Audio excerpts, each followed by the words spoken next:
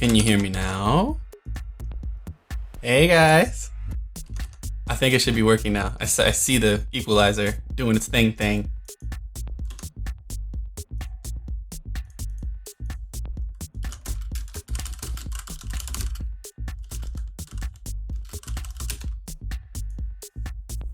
You guys hear me out right now?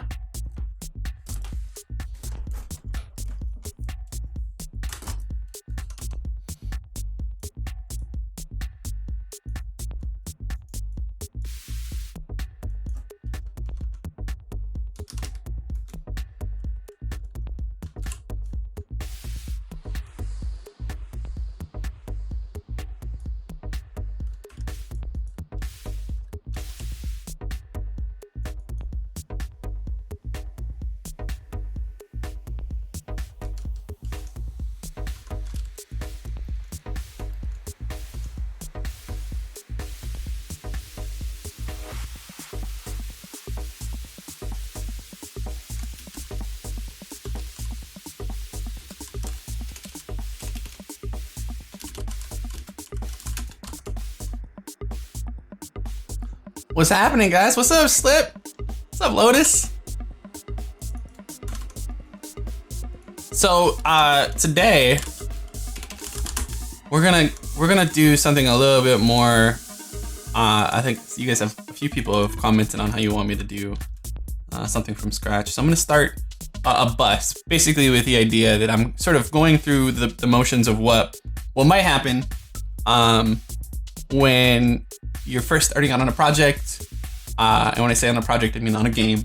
You're sort of trying to figure out what happens in basically the translation from 2D to 3D.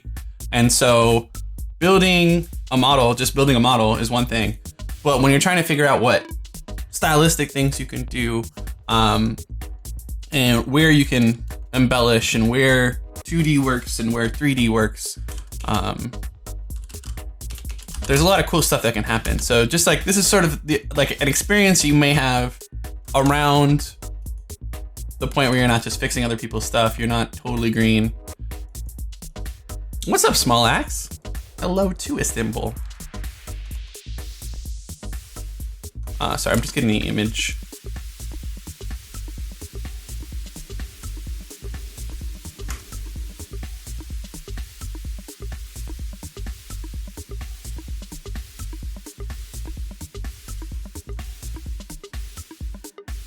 So we're gonna do just a bust. I'm just gonna sculpt a bust today. This is not actually going to be a game res. We're not chasing the dream right now. We're trying to find like interesting shapes, find ways to communicate inside of ZBrush. I'll show you some stuff with that. Oh, really? We're just gonna do a little sculpting today. I barely do that on this stream.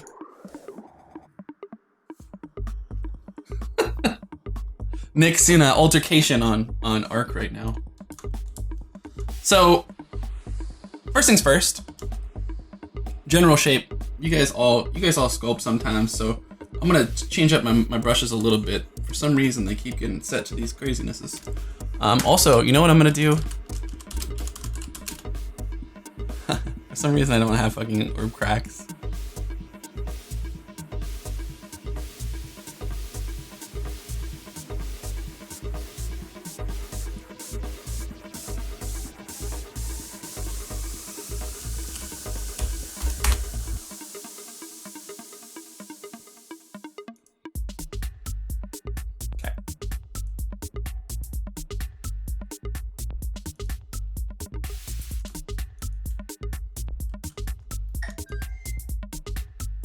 Quick, put these in my applications folder. I'm doing it off screen, sorry.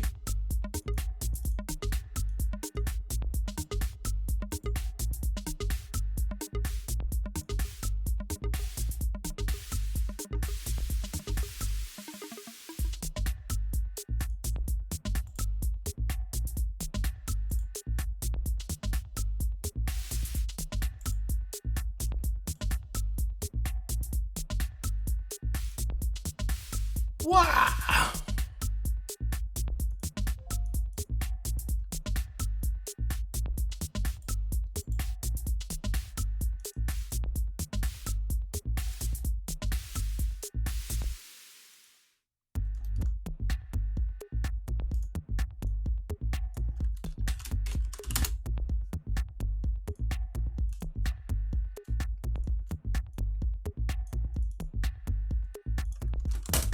All right, let's just go grab our brush.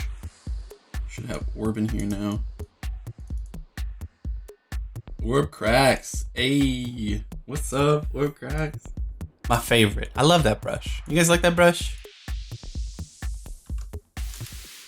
All right, so I'm gonna store my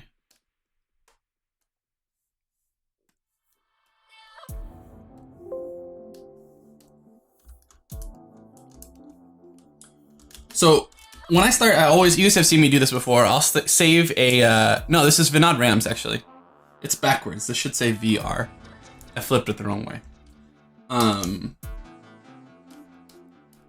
always start with a camera. I'll change it as I go, but blocking it in, just getting the general shape of the skull, general shape of the face, giving myself a couple landmarks. This eyeballs, big old nose, chin. Oops.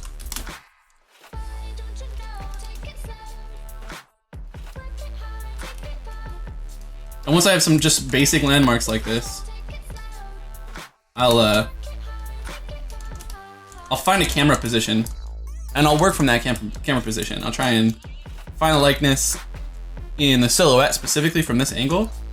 One thing I think that is a little scary is this kind of implies that this is like the most important part of sculpting. I don't think this is actually all that important. What's really, really important is that you don't change your target constantly.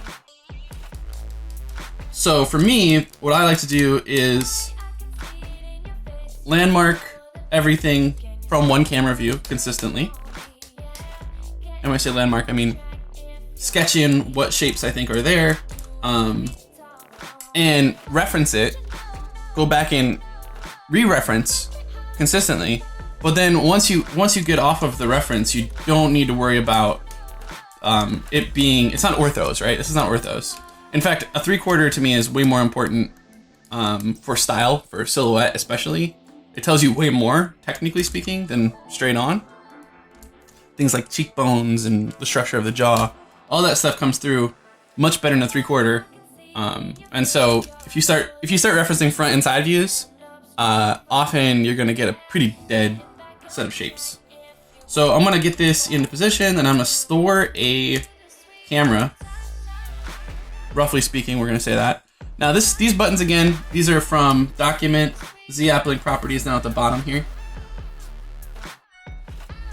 And they're these two right here, Custom 1 and Custom 2. So I'm gonna save Custom 1. Now whenever I get off angle, I can go pop back to it real quick. I have the opacity from my texture reference view down here, model opacity. It's the one way you can make all your meshes translucent.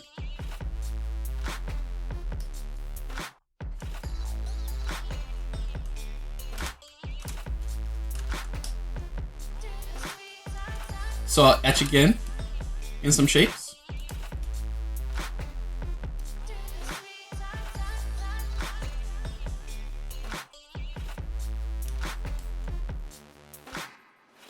Now, one thing I like to do a lot when I'm working in a 3/4 like this is I want to be modifying that cheek over there. And so I can sculpt on this side and we'll watch what happens over there, like not actually watch what I'm sculpting here. And get some interesting results over there. So when we're trying to figure out what these shapes can look like, a lot of questions come up, right? Is this super stylized? Is this super realistic? What is the treatment of the different forms? So fatty tissue, is it actually realistic, or is it interesting planes? How do you plane it if you did stylize it? So what we're gonna do first is just get the rough shape of the head here.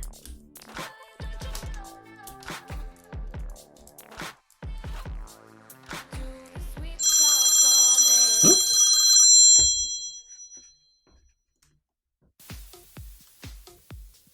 What's up, MW?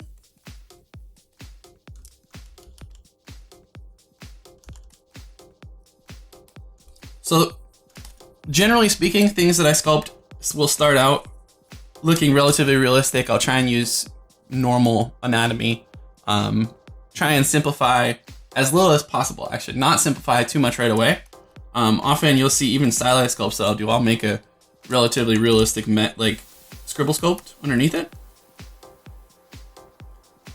And that'll help me inform the choices I make about how and why I stylize certain elements.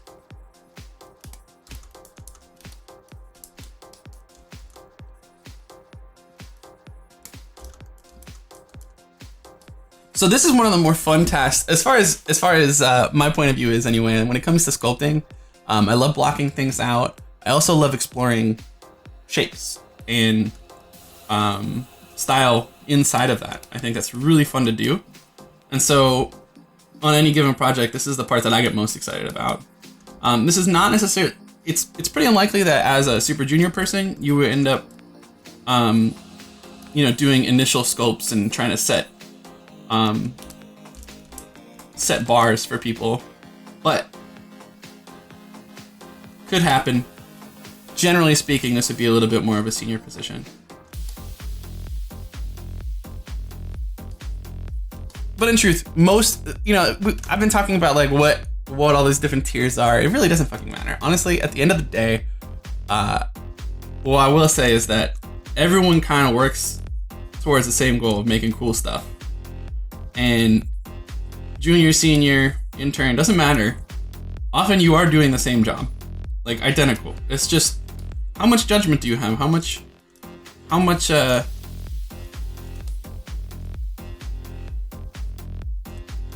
do you need help getting through a process? How much time do you spend asking questions? How much time does it take to get you to the point that is, the same as the guy next to you?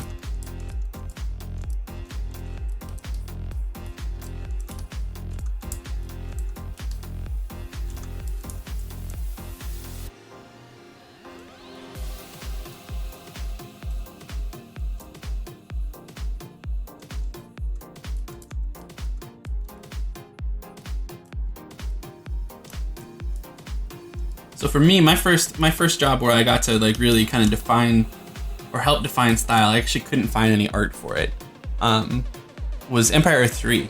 And it was before we were making little chibi looking, we weren't making like the sculpted versions. We were using ZBrush eventually, but when I first started, I was just doing hand painted textures. And we were doing this really cool kind of painterly, very, very painterly style that myself and one other gentleman, Brit, sort of mushed together, try to figure out what it was going to look like. And it was looking really cool. Just strictly, it looked very watercolory almost.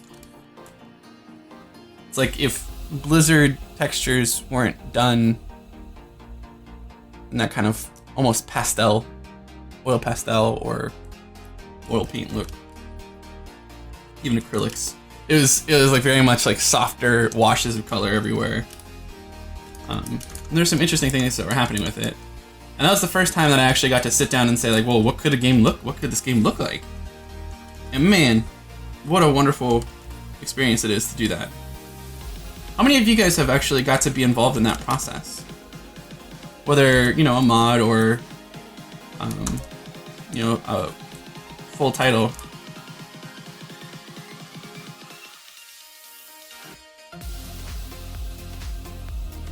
And you guys got to mess around in that world? For me, the most interesting thing was definitely realizing that, like, you're not just there to make... It's not just there to make this concept, it's there to make this concept look dope. And figure out how to realize it. Like, actually, what choices you're making between the 2D to 3D that makes it interesting. Alright, let's do a quick pass on proportion.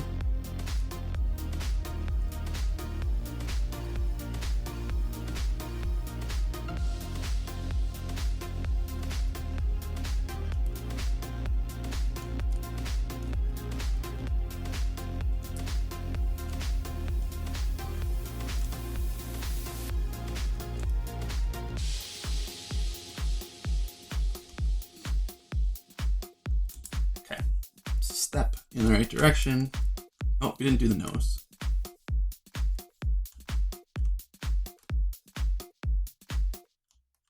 That's nothing.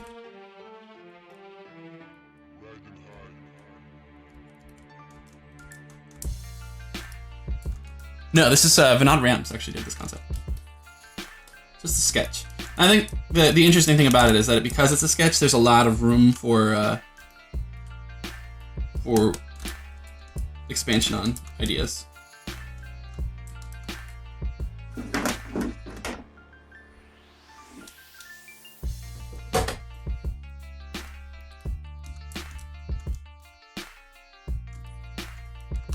Nobody here has sat down and scribbled out the first model for a game or the first concept for a game. Well, I assure you it's a fun process.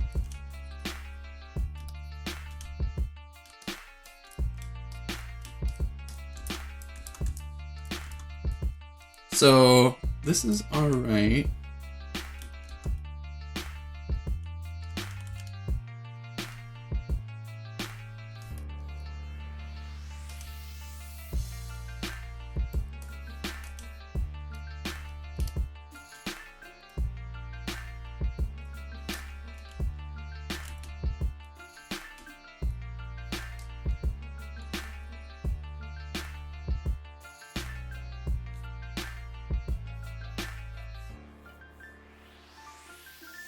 Oh, thanks, Hired.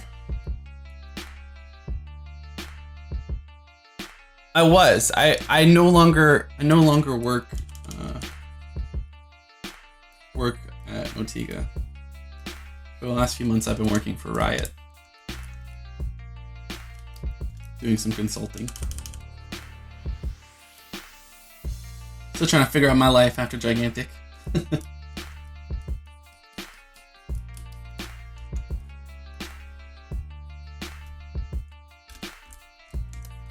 Let's figure out this jawline here.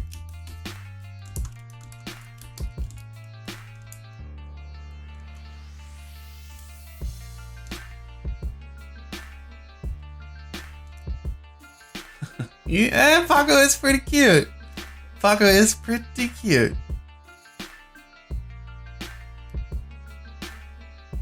I've been sculpting for 2 weeks now. Jesus, it's hard starting out.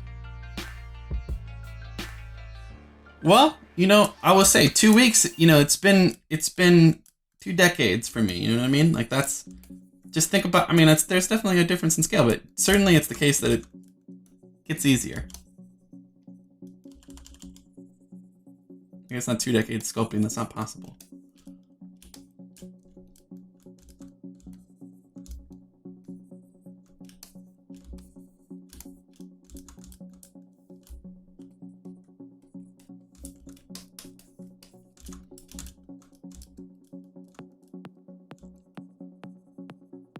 It gets easier and it gets more fun.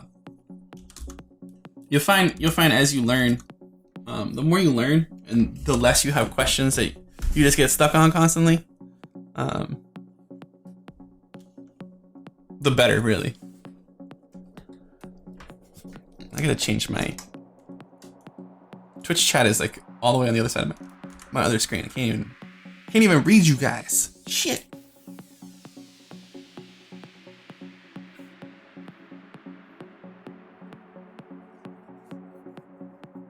Well, thanks, Lord Giselle.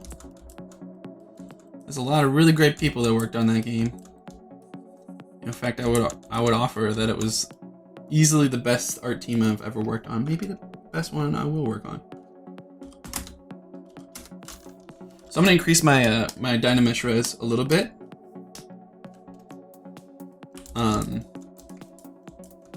We'll start working on. So I'm actually gonna just be Dynameshing for a little bit longer, then I'm gonna turn this into a ZBrush. So I'm gonna go over what I usually do is I get general proportions and make some choices about anatomy and shit like that, and then I'll do a ZBrush. What up, Blands? Hey, X-Fighter. I was a little slow starting today. We had I was distracted, and then I went upstairs right when I was gonna start the stream, and Zero, my orange cat, he jailbroke. Like I went out to check, somebody like dropped a package off, and I went to grab it, and he just rocket cat right out the front door.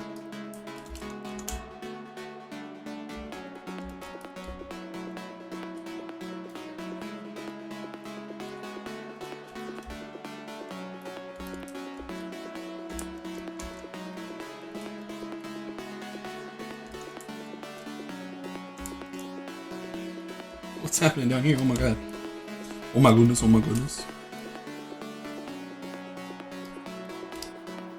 So Dynamesh and ZBrush together, so good. He got a friend and brought C4. Oh my god.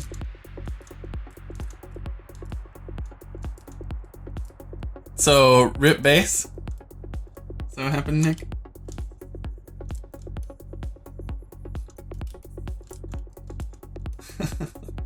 Shit.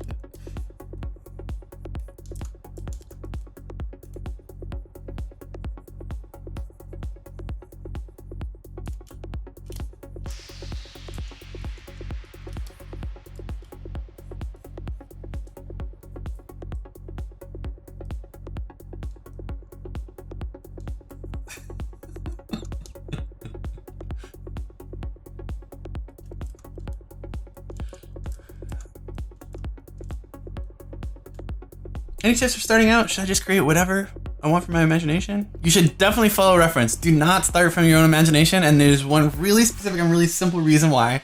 It's that you don't have a moving target. Because you can give yourself a million excuses as to why the thing that you were working on isn't right. But if it doesn't match the concept or the reference that you're using, it doesn't, you didn't finish, right? So with your own stuff, it's really, really, really easy to just be like, oh, no, that's how I wanted it. That's by design. But when you're beholden to somebody else's work, it's way easier for you to have good choices and good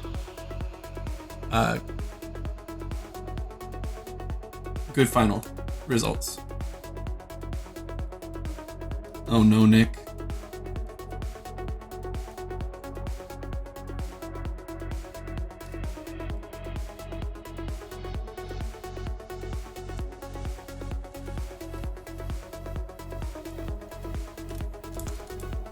But the best tip I can give you for starting out is just to be curious and make sure you keep digging, and when you do run into problems, figure out how to solve it. Don't just start over.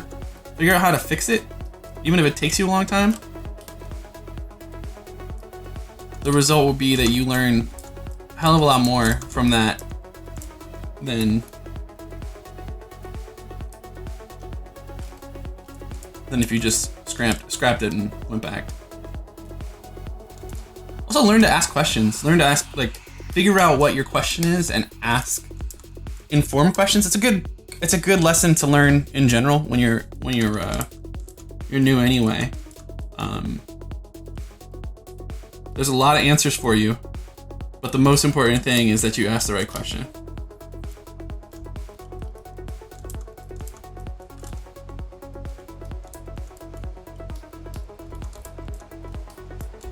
Alright, so cool. So we've got a base here.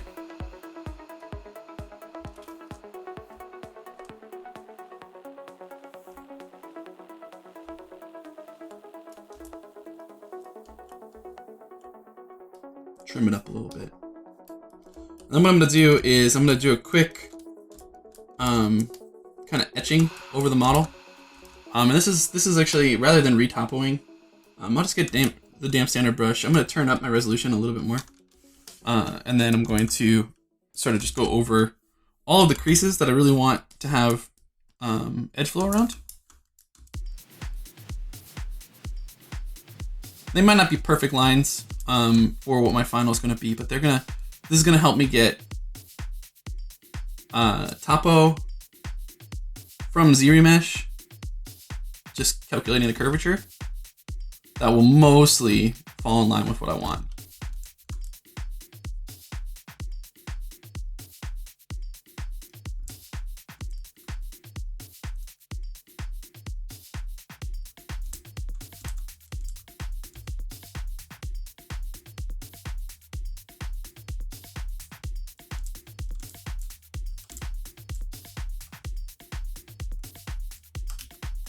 This is an alternative to just doing ZBrush guides or anything like that.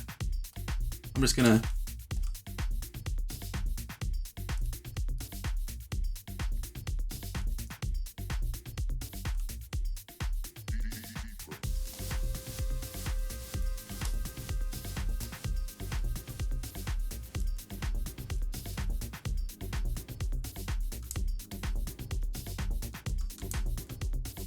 get the lip in there.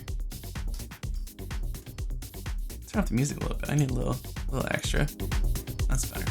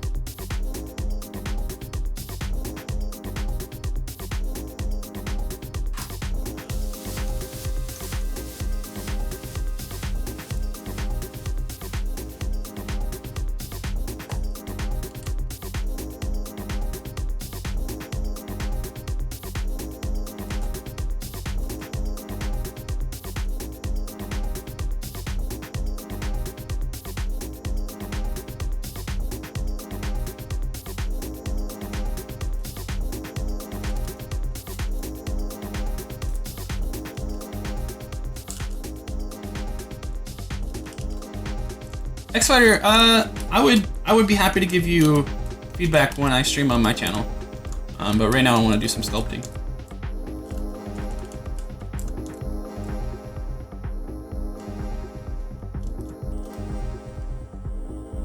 What did I do to make it from low poly to high poly? Wait a minute, high poly to low poly, you mean? I did a ZBrush, so I did all that etching that I was doing.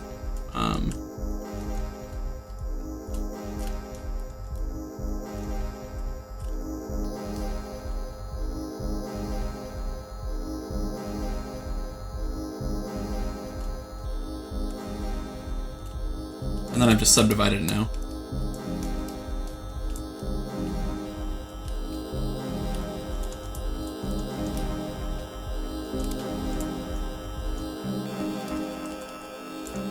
Alright. Let's take that. Do our push and pull.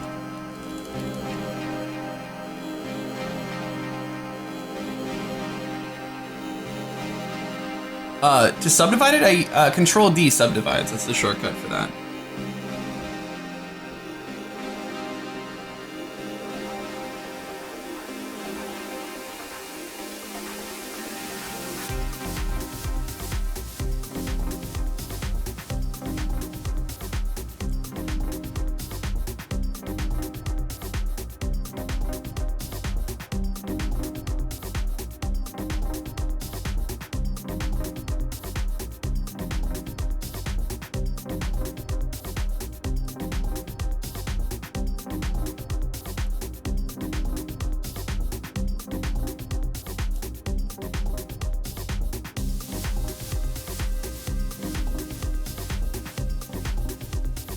So I'm gonna make some adjustments to my camera now.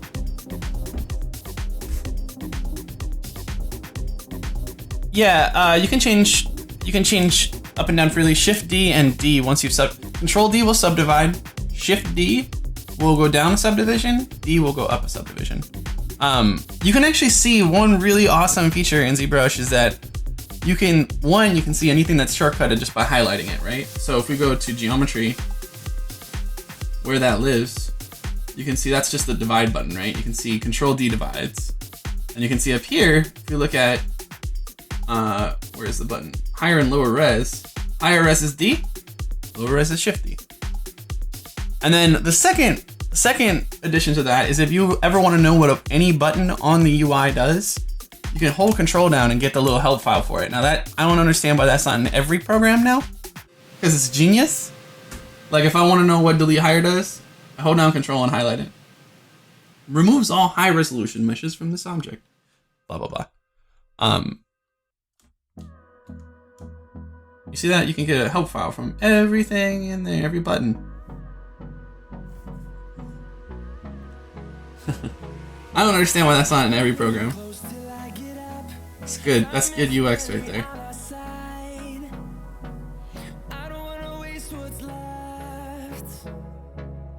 So I'm gonna say that as custom too. Now, one thing you can do, so you can see my silhouette here. You can, if I turn the opacity down a little bit more.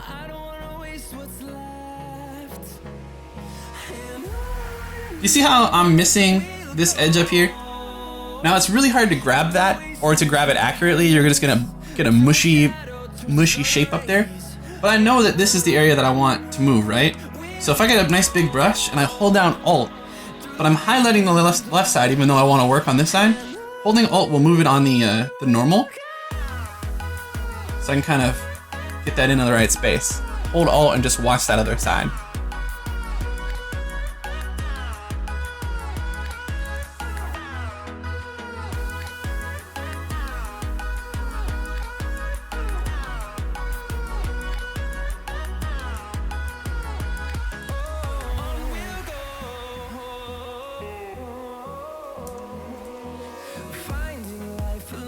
Alright, so now we got this fudgy model here.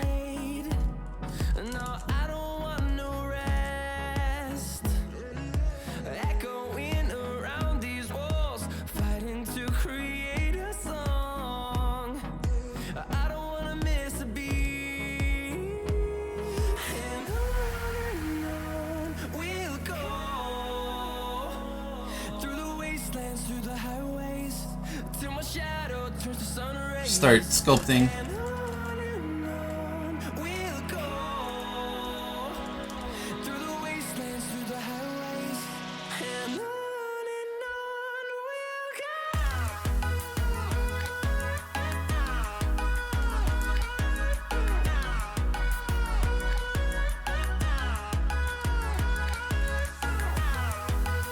A little too butt cracky in here. So slide that back a little bit.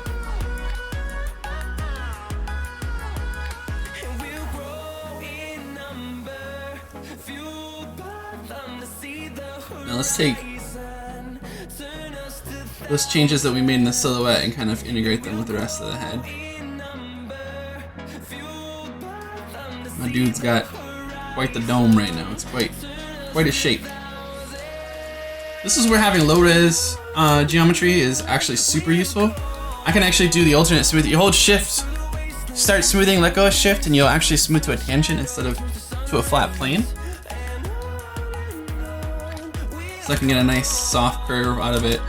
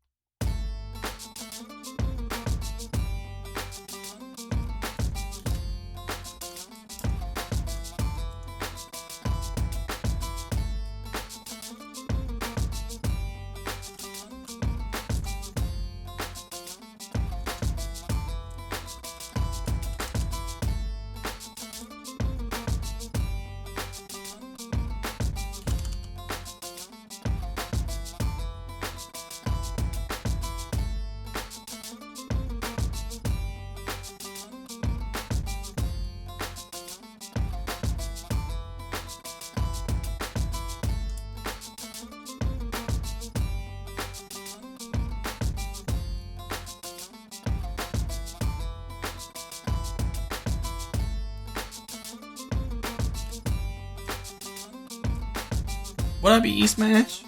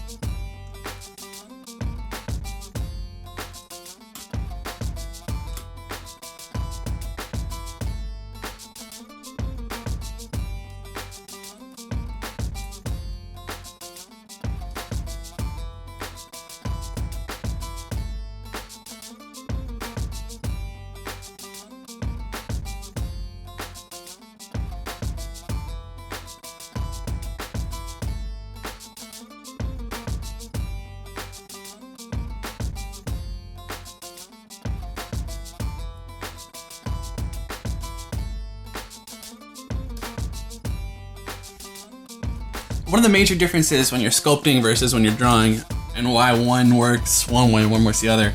So like implying form with a line requires you to build shape, like build actually like a real form in 3D. So just saying, oh well, here's this line, here's where this kind of ear gill shape is gonna go.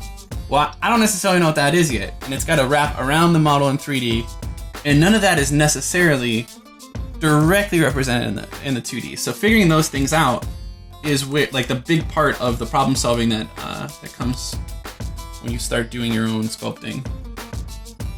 Like, what is the structure underneath here? Is there a cheekbone?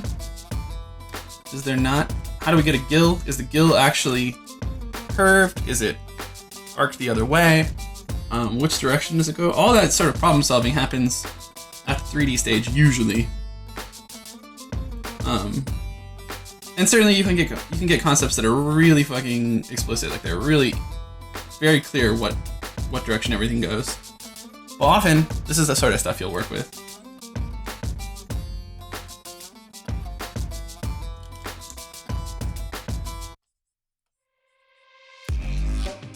Certainly that's been different at every studio I've worked at. Sometimes I will get napkin drawings. At ArenaNet, I feel like it was this really wide range. A lot of times it was super simple. Often not even a concept, it was just like an illustration. So you maybe wouldn't have a whole character to work from. You'd have to kind of invent a lot. To like, you know, varying levels of working from sketches.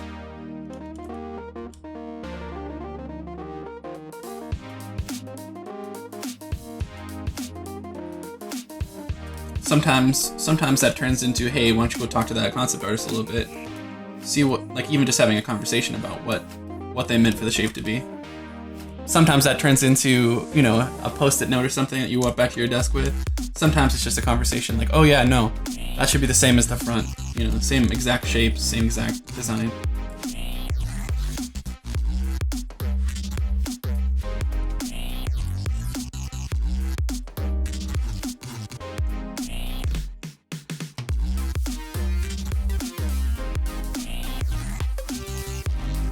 At Motiga, we ended up spending a lot of time in concept.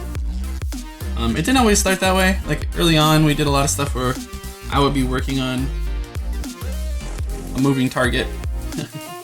the face wouldn't be done or something. I'm not kidding, stylized. I don't know how many times. I don't know how many times like my art director at ArenaNet, Daniel Ochu, he would often come by my desk and literally just like Sharpie on a post-it or on whatever paper was on my desk and be like, no, it's this. Okay, now go figure out the rest. It's a very freeing process, but it's also terrifying for a lot of people. Like, oh, wait, you want me to just design the rest of this? Okay.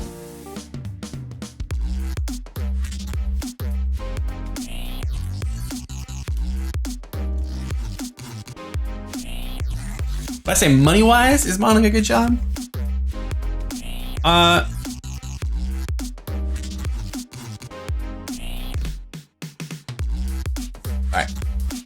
That's a lot of questions at once. So, would I say money-wise, modeling's a good job? Yeah, totally. I've lived a pretty comfortable life thus far.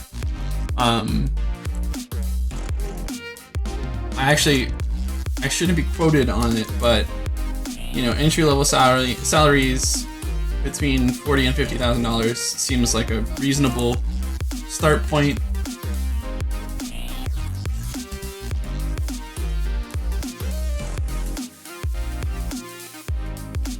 I mean, towards the higher end of the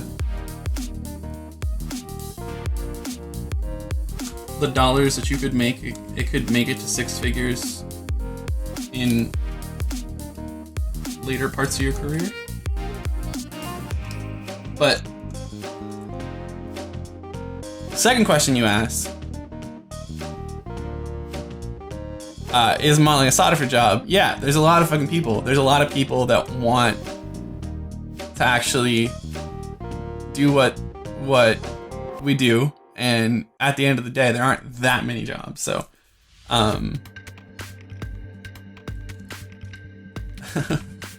fake money? Was that fake money, PI47?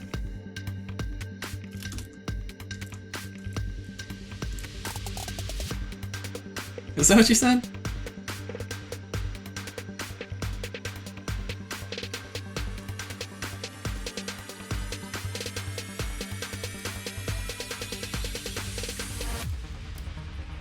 No, there ain't no stopping us.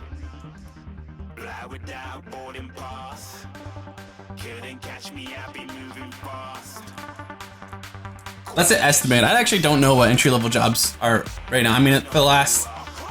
I didn't hire anybody in the last 6 years. Oh, to hell with money, okay.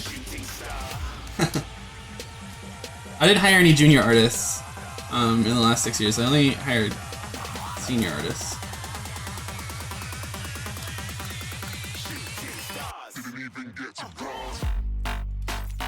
Which sounds crazy, but I guess with character art, it's less crazy. It's a little crazy, but still. Everybody on the Gigantic team was senior-ish.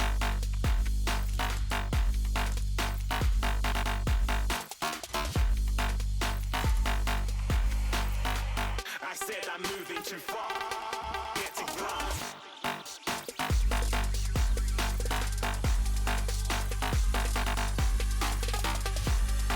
I can tell you if you want a sought after job, being a tech artist is a pretty boss place to be right now, because there are far more jobs that have security and are very necessary, especially the more of a weird blend between implementation and making stuff you can be.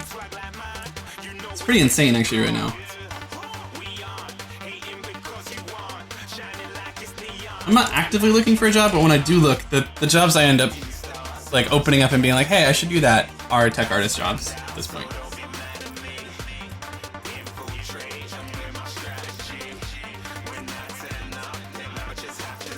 VR specifically, basically every ad for everything is going to be a technical art position, basically, even if it's a character specific job or environment specific job. Basically like, well, you need to be able to do all the stuff.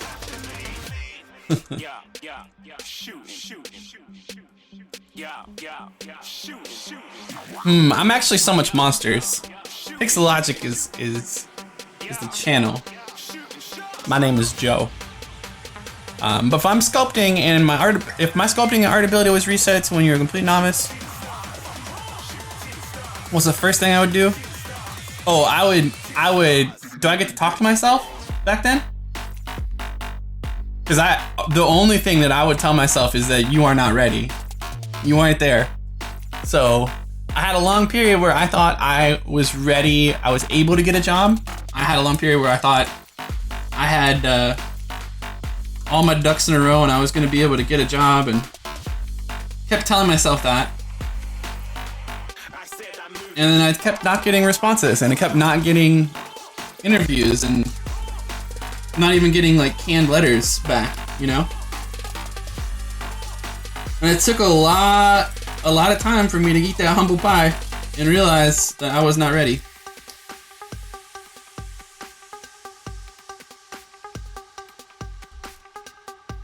But it's just like not understanding how much work it really was to go from 0 to being employable.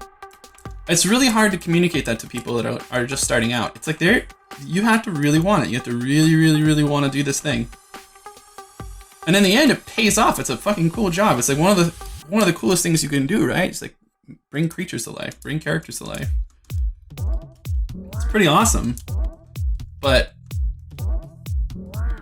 I think it's actually gotten easier for people to think that they're ready. There's a lot of kind of bad habits that you can get into. There are certain websites that will give you no feedback, but all pats on the back. That does not help you. That does not help you at all.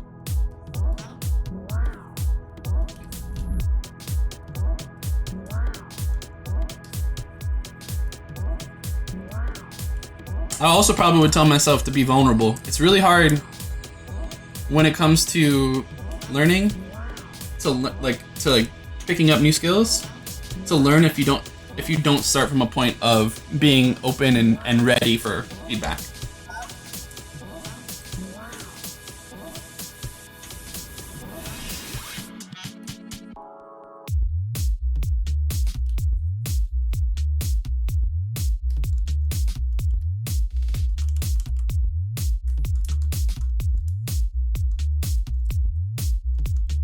Make you cry. That's not the point. Honest feedback should never make you cry, unless it's something that you're lying to yourself about. Like you're saying I got this, guys. I'm on it, and you know you're not. That's the only reason why you would cry if you got good feedback.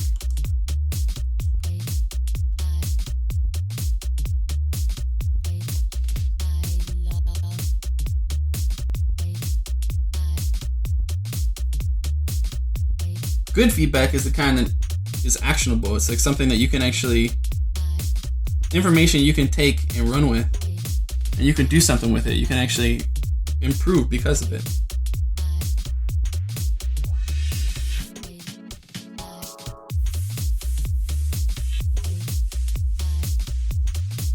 What the hell's going on back here?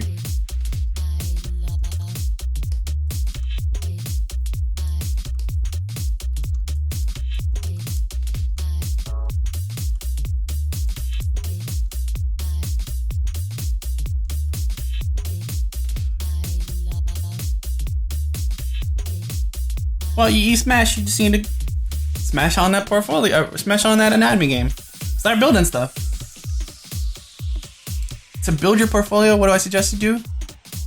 I suggest, Shawners, you watch the first stream that's on YouTube, because that's literally all I talked about is what I would and wouldn't do. And actually, it was in the form of me critiquing myself back when I started. When I was trying to get a job. There should be some respectable information. Separately though, focus on building the best stuff you can. What's the black swirl under the orb brush? That's just a paintbrush.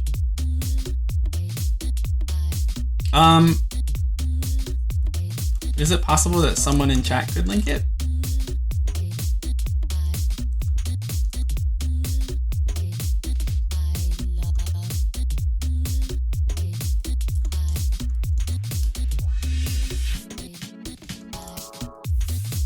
Let's get rid of this eye. I think we're probably okay to.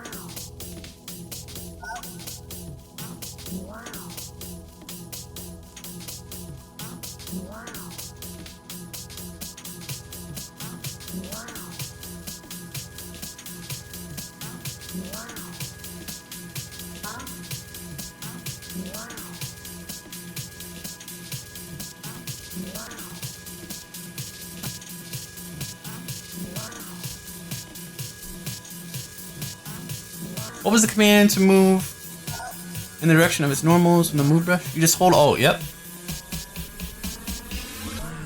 Hey, thanks, Vectoride. Appreciate you. Also, how are you?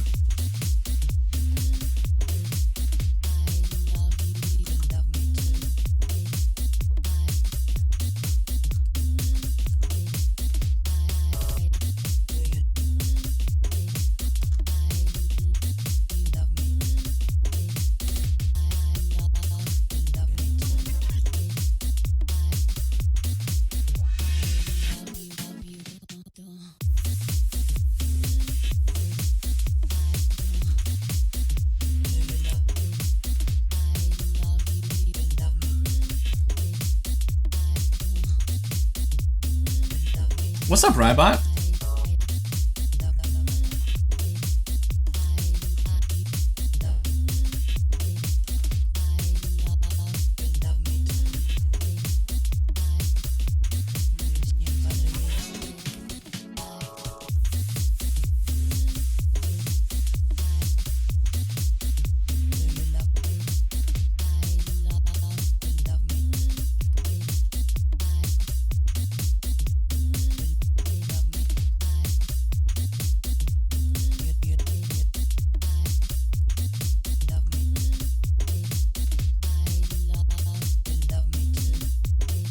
Which is a better job making movie content or making game? I mean, I'm personally, you're asking the wrong guy. I obviously chose games. Like, that's what I love.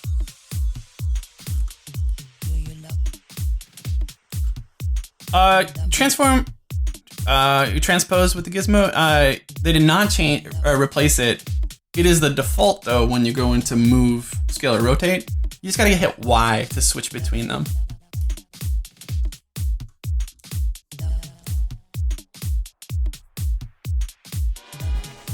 Okay, say I'm done modeling. Wait, doing model? I'm not sure what you're saying, Shawners. Next step is for games, for artwork, those two different paths.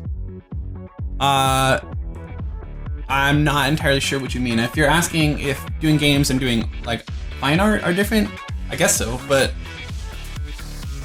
yeah.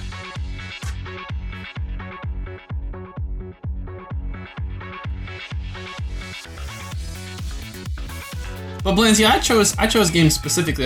This is my world, man. I love video games. I love playing video games. I love making video games.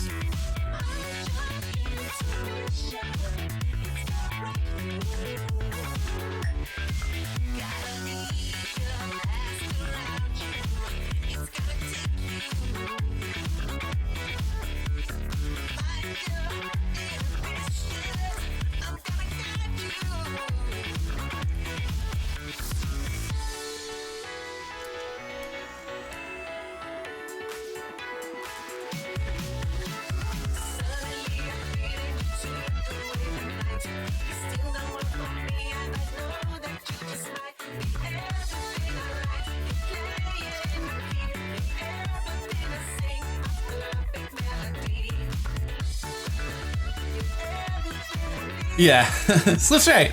I mean, there's that, and I would say also, Slip, would you agree in saying, just process-wise? I don't know if you've spent a lot of time around movie stuff. Often it's very technical rather than creative. Like, you'll get turnarounds for a character, and you better make sure that works in every view. And if it doesn't, you send that turnaround back to the person that drew it and be like, we need to fix this. Resolve this for me.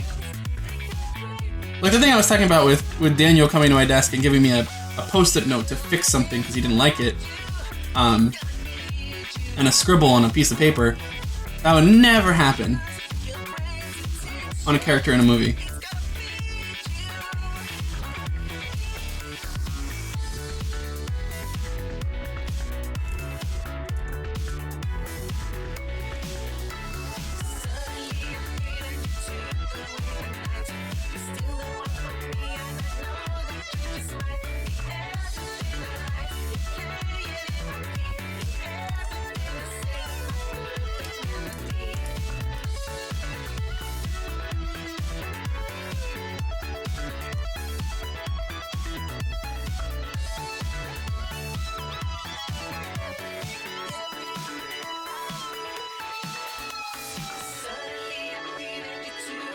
Yeah, pre-production, doing like viz dev stuff, or visual development, viz dev.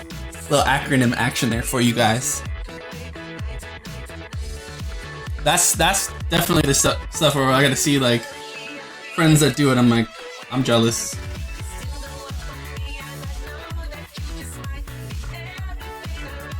But it's very much concept art at that point, right? It's in that zone.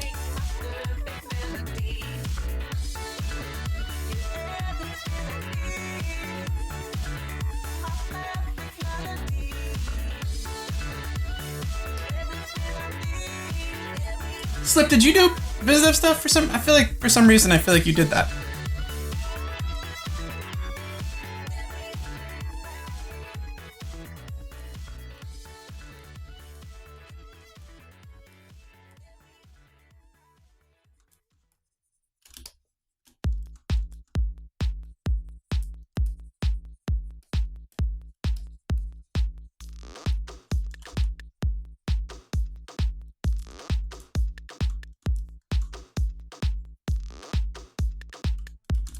Oh, I was asking if you did biz dev stuff for movies. I feel like for some reason I get this like idea in my head that you had done that.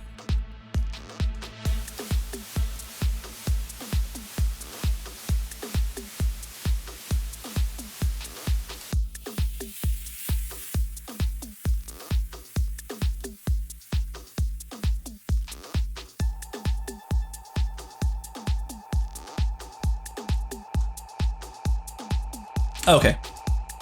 What am I thinking of?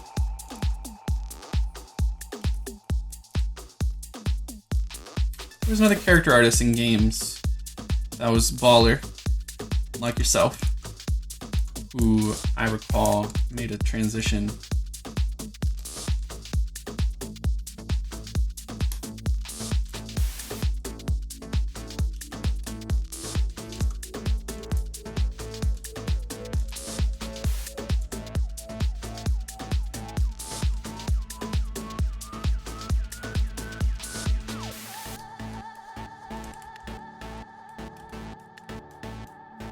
Let's go back, check our little.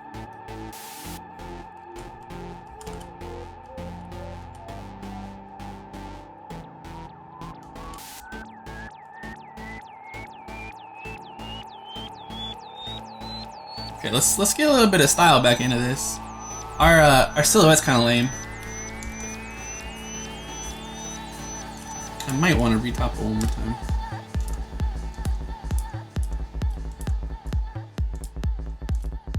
Still not sure if I'm gonna treat this like. I guess I'm gonna treat that like a gill. Yeah, I think I will.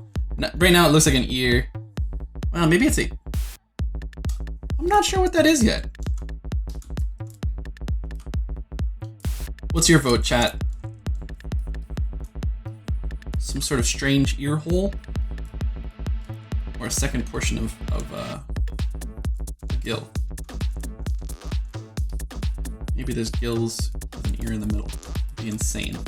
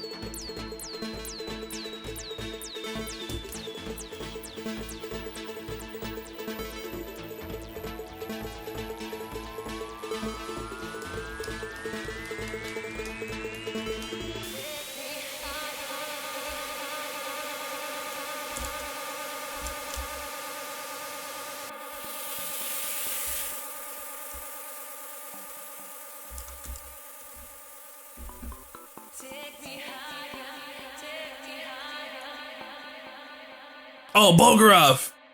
No, it's somebody else. Like when you were. Oh, you know who it is? It was Daz from Polycount. Darren. He tried to go from games to movies. He had a hard time with it. It's an ear, 100%. Okay, good.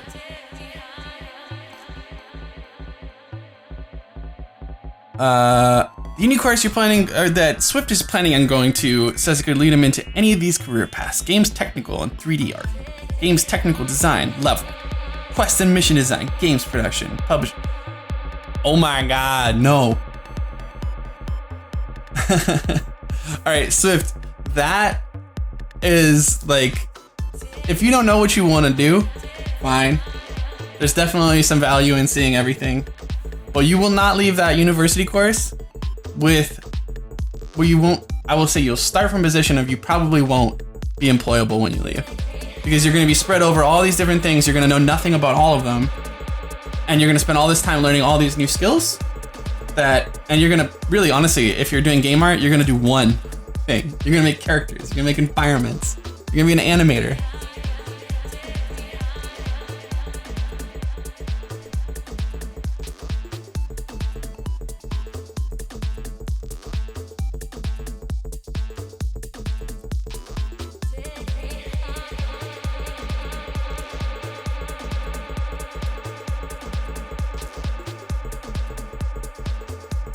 Oh, Red Hots, yeah, thanks, man. I appreciate you saying it. You know, to be perfectly honest, last time there weren't a lot of people talking, and a lot of what ends up making it work is being able to have an interaction with you guys. So, you know, I come with a list of things that I want to talk about, and if nobody perks up and wants to talk about them, we don't get very much information. We don't get a lot of dump from it. It's tough. I like it when y'all are chatty. Get some good questions, get some good answers, you know what I mean? That's what I was saying earlier though, it's like, it's all about asking good questions, so.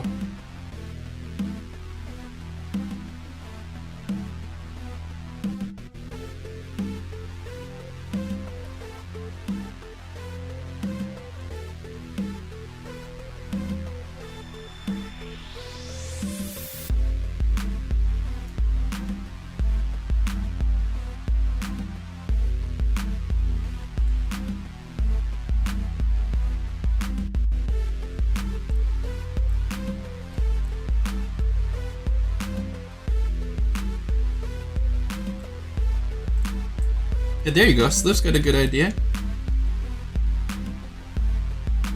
Slip suggested to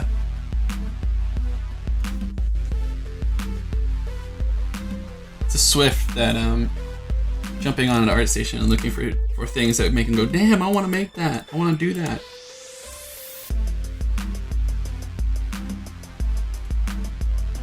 Having a goal at all times is huge.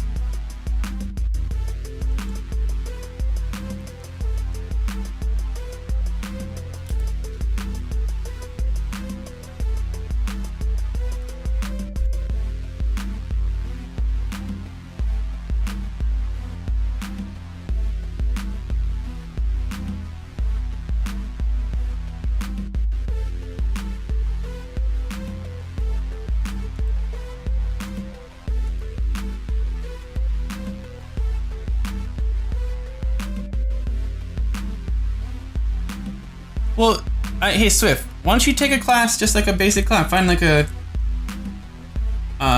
you're saying uni, so I assume that means you are in Europe. But find a class that you can take online that's just like modeling 101. The basics, just learn the thing. Like get past the point where you're asking, how do I save?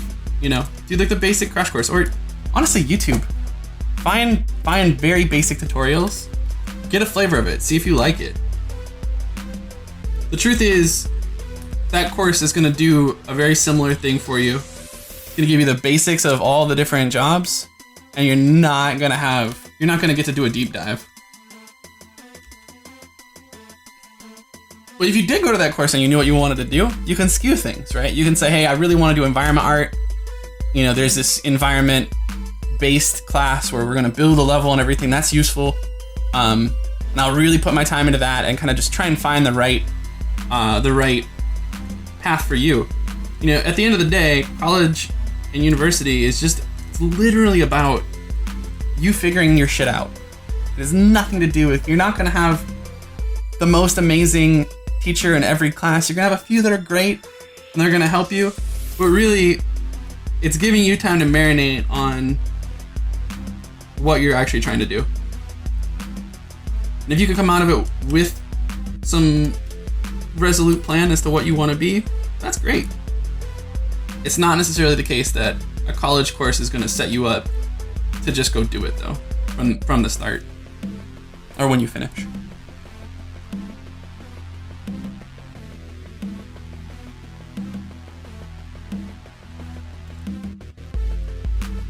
Yeah, there's plenty of great information out there, and shit, go on Twitch. There's tons. I mean, right now, let's look. Let's look. Let's see who's killing it right now. I'm sure if I go look, let's go look. Let's just do a skim through here, for real. Hey, I know this guy. That's me. Uni's in here doing crits. Perfect example of something useful.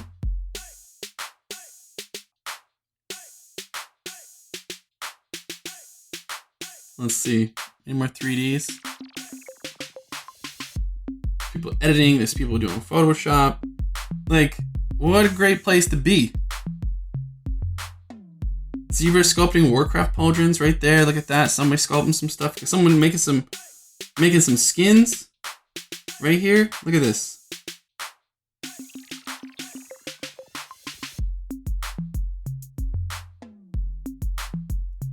Painting and singing, you know, doing the thing. But you know, there's a lot of people online right now. You can just go ask questions. There's so many opportunities to learn on the internet now.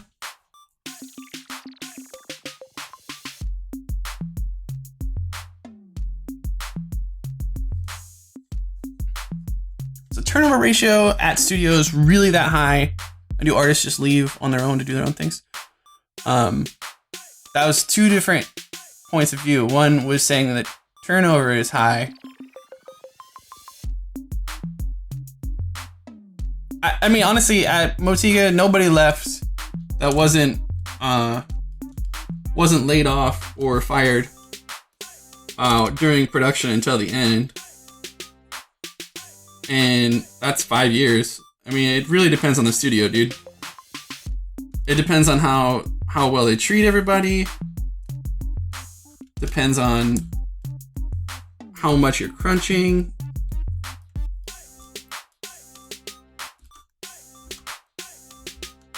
Depends on the studio. Like some studios hire hella contractors and then reduce at the end of the project. Congratulations, you shipped. Now go find another job. It really depends. It really depends on company culture, honestly.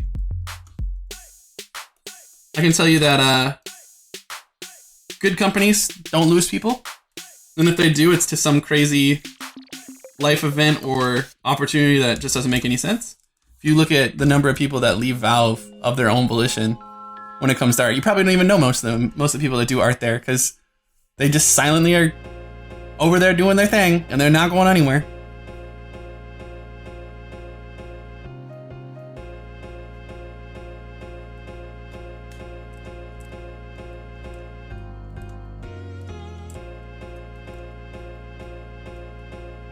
Yeah, I think there are a lot of interesting opportunities to learn. Actually, the reason, so I actually taught at Future Poly for 7 years until,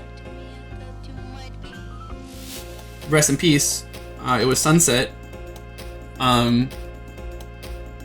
We all kind of went off to do our own things, but the reason I stopped teaching right before right before it was done was that I thought Twitch is a more interesting and more modern equivalent to teaching that class. And I think that it's really interesting to just be able to say like, hey, I'm just gonna sculpt something and y'all can ask me questions all day. You can say, hey, what did you just do? How did you do that? And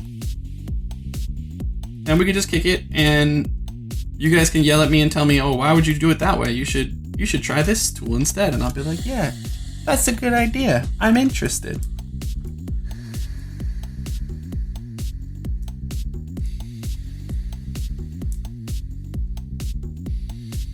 Dota Project is still around. I'm doing that on my own stream.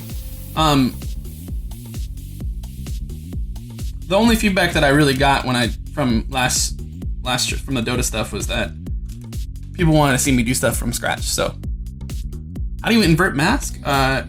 You just control click off the model, not drag. Control click. Control drag will drop the mask.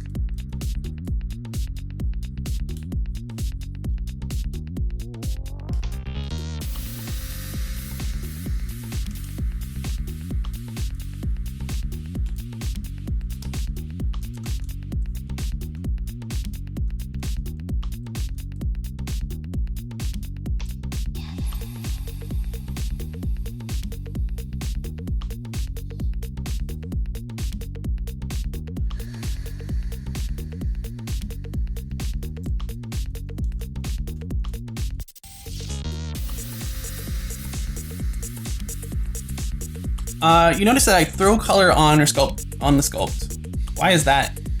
And how are you getting it to look good? I'm not really doing all. I mean, I will at some point. I do it to visualize things. When you say, how do I get it to look good? Can you give me an example of one you think looks good? We could talk about the specifics if you have a specific example. But I do that to help me kind of see the end product a little sooner. It's also better to look at when you have buddies watching.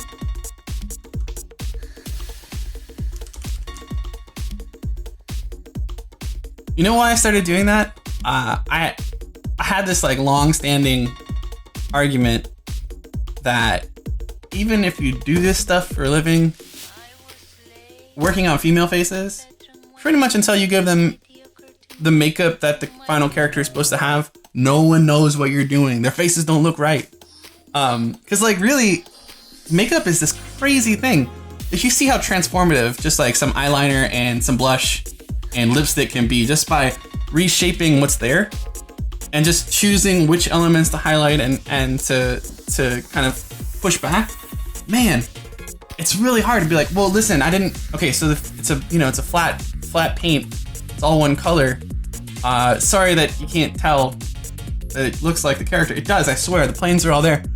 And so I got to this point where I ended up having to literally do makeup when I would show it to people. There's a couple characters in a row that I did. I was just like, are you fucking serious? Are we going through this again? Yeah, let me give her makeup and then you tell me that we're wrong. Oh, I'm not wrong. Okay.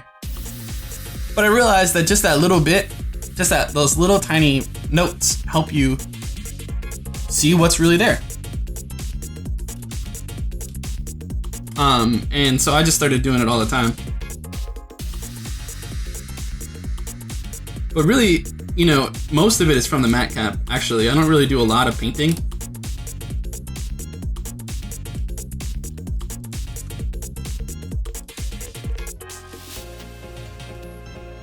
But let's do a cleanup.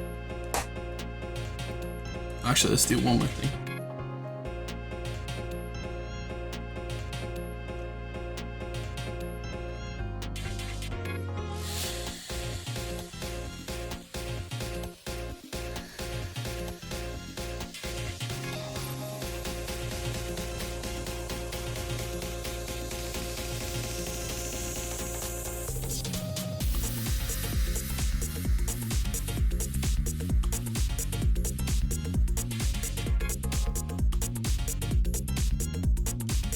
One thing I will say is that it's not for everybody. A lot of people actually can't deal with color. I know when I do it, sometimes people on my stream will be like, "Oh, how do you do that? I can't. If I do color first, I'm messed up. It's all gonna be screwed." But I definitely get involved early.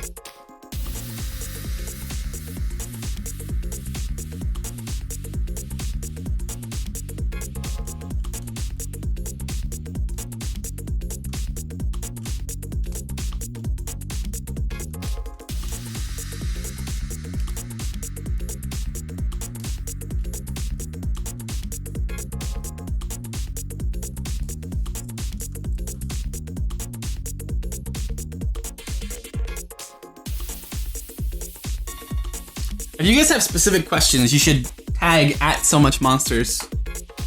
Tag me, because otherwise there's a lot of chat, so I know I'm missing some questions. Do at so much monsters so it'll highlight it for me.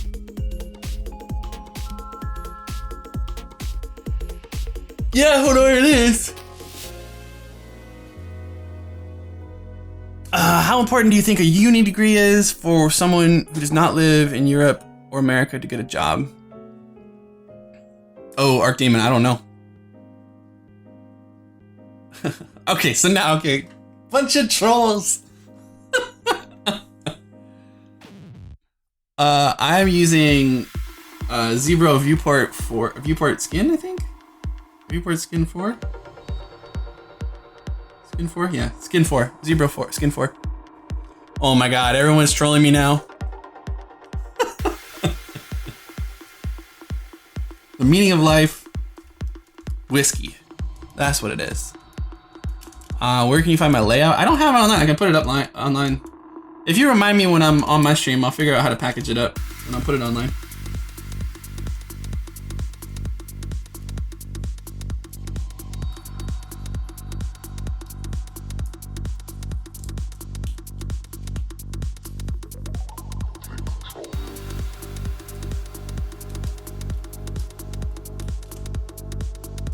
I like that I tell you guys to ping me and then literally everyone does.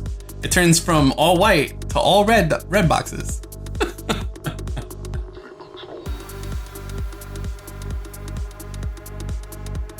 What is this program I'm using? Well, Nicholas Petit, it is ZBrush 4R8. And you're a troll.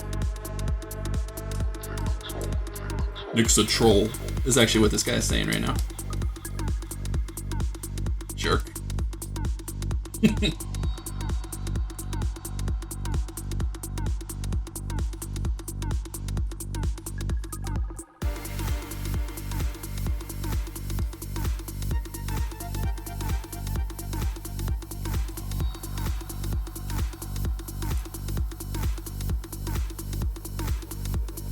Would a studio ever let you work from home? Sure, Blance. Why not?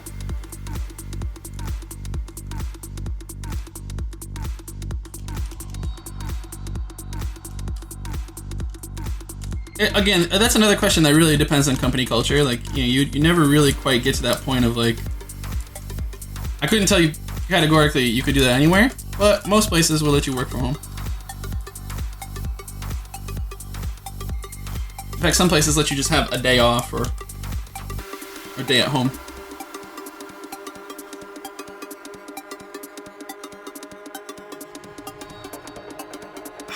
My ankle is so messed up right now. Where can you get that, Madcap? If you do a Googs looking for it, you can find it, I'm sure.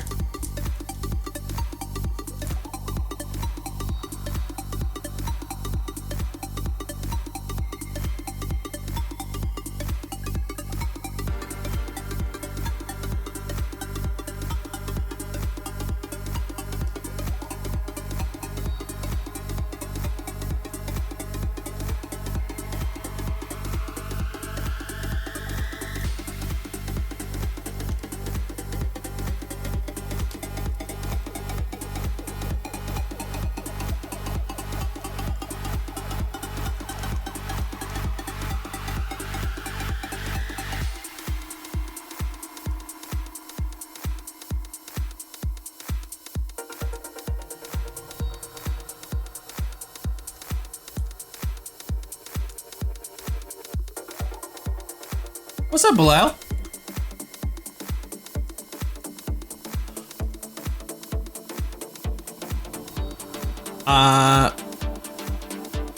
Yeah, blends. Visas are kind of a pain in the ass, but certainly it's the case that it is often the case you hire from out of the country, especially bigger companies that can support it.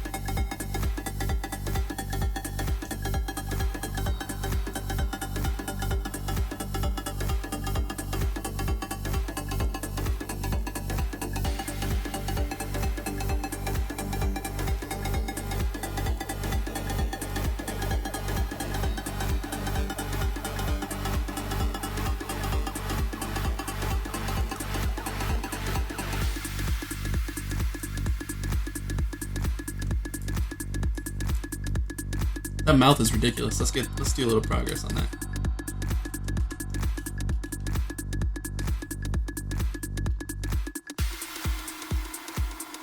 We do progress. Whoa, whoa, whoa, whoa, whoa.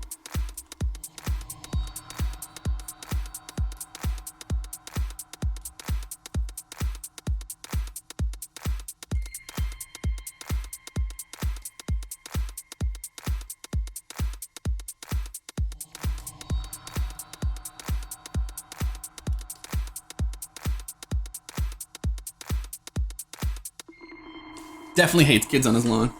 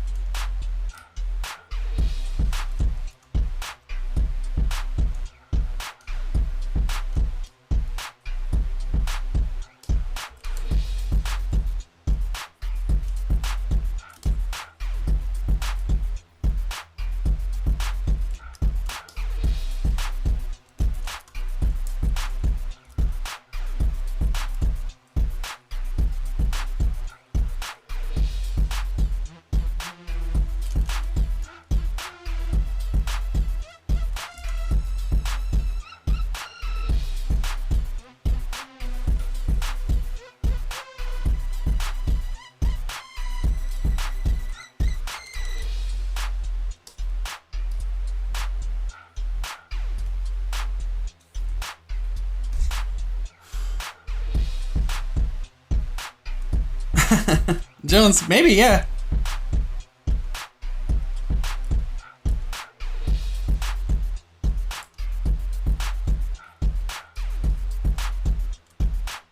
That seems like something I would more likely do on my own stream, honestly. As it gets... What's my process for stylized texturing? Paint it. Just get in there and paint. It really depends on what I'm doing. Like, can you give me an example of I guess if you give me something that I've made where you're wondering how I did that texture, I can tell you a little more specifically, but stylized texturing doesn't necessarily mean anything specific, right? It just means it's not photoreal. And so there's 1,000 ways to do a stylized texture. Doing a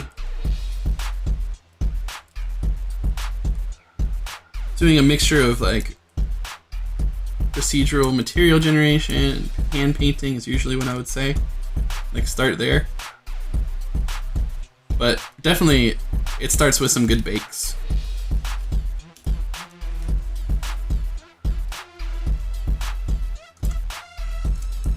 Let's move into this mouth zone.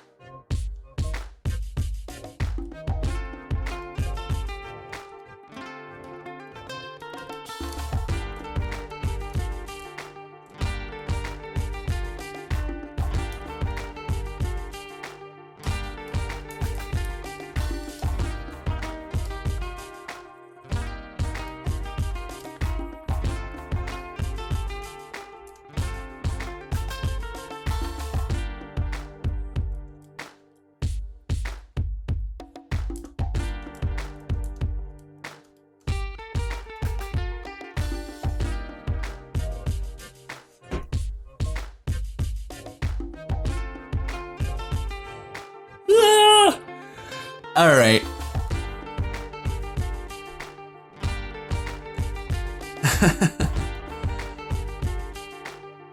When you use a big, smaller, a bigger, a small brush, I don't change my brush size too much. I scale my screen. What? So when I zoom in, I never, ever use dynamic brush size. This guy right here, which scales your physical brush size in the scene based on how much you zoom in and out. So you see my brush size doesn't change a whole lot. I'll just zoom in and be like, all right. Big brush here. I'll kick it up and down a few notches, but like it's roughly the same size. It's just that when I zoom in or zoom out, see when I zoom out, this is my brush size, 58.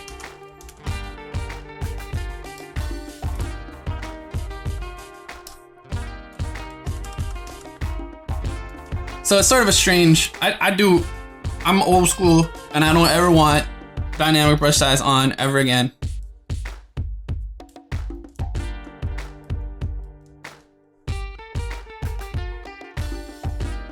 Oh yeah, dude, I absolutely, if I start a texture, you can be damn sure that I'll do a lighting bake. I'll probably start inside. If I did a hand painted texture now, it will be a hand painted texture from a high poly. I would start with the sculpt, I would bake it, and then I would bring materials in and I would flatten them in. I would do a lot of stuff that would be procedural actually, for stylized stuff.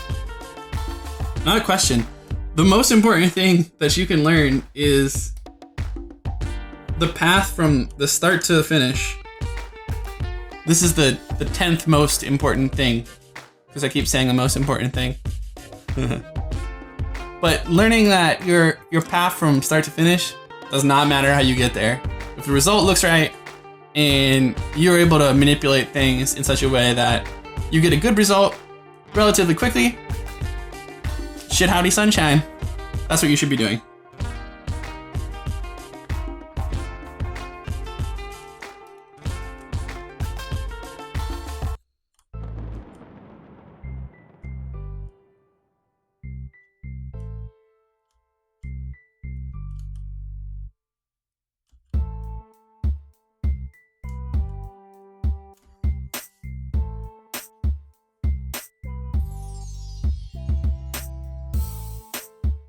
Where did shit howdy sunshine come from?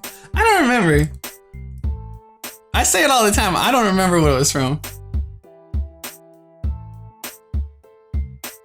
It is not an eel creature, Harry. Damn it.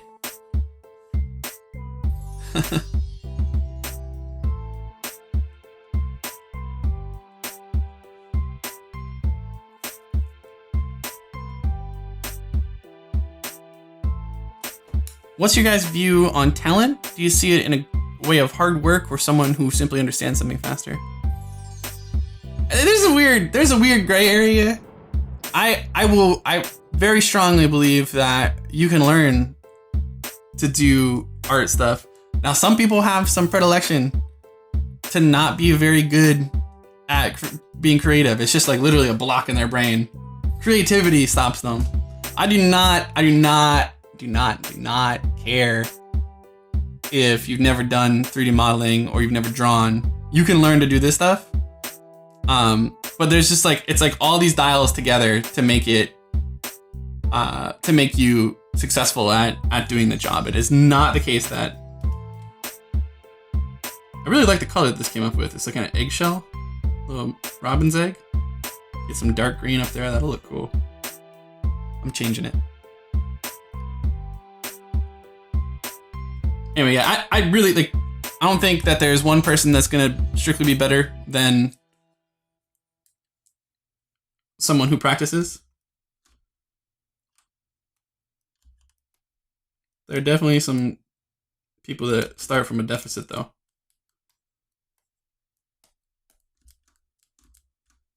Yeah, it's a head start.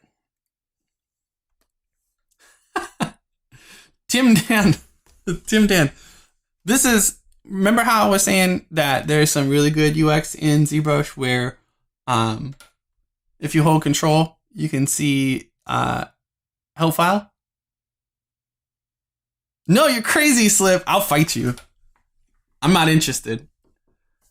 You have to hold shift to click it on where it says dynamic.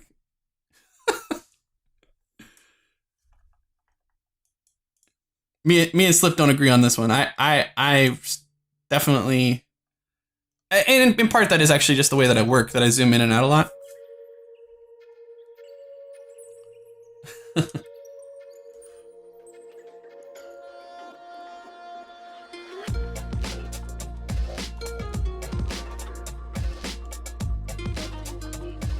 Tim Dan is dangerous.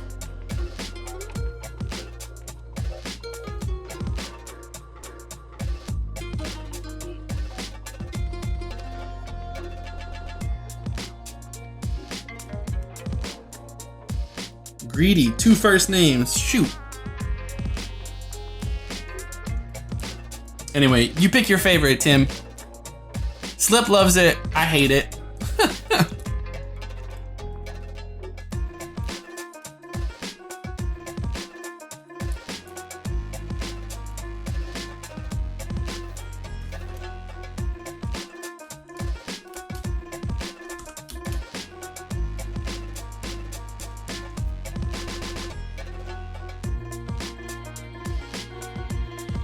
What's the path from junior to senior artist? Is it the amount of projects or just being able to do a certain project? You know, honestly, I said this earlier and I'll say it again. Like, the one real distinction between a senior level person and a junior level person has nothing to do with the actual work. It's entirely to do with the amount of hand-holding that there is for them to get it done. With a senior person, you should be able to say, hey, can you go make this or figure this out? And they'll go do it. They won't ask you another question, they'll just go get it done. The junior level person, it's totally possible that you're gonna have about 10 more questions before the next 5 minutes is up. Well, how can I do this? Is it okay if I do this? Can I do it like this? There is no explicit, here's what a senior artist does, and here's what a junior artist does. Often a senior artist is going to be looked to for maybe mentoring people, but even that rarely is actually a systemic thing where you actually do something. It's more about just being around and being the guy that knows how to do everything and has all the answers.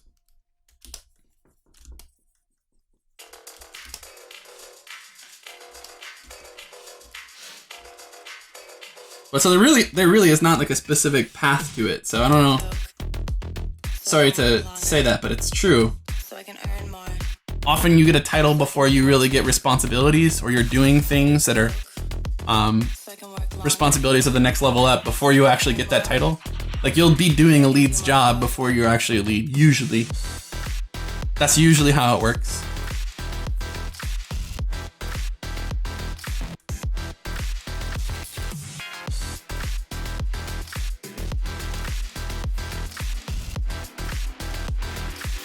And we talked about this before, but like finding ways to make yourself valuable that's outside of the thing that you think you're supposed to be doing.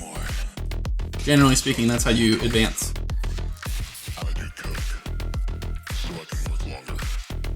You're a walking enigma?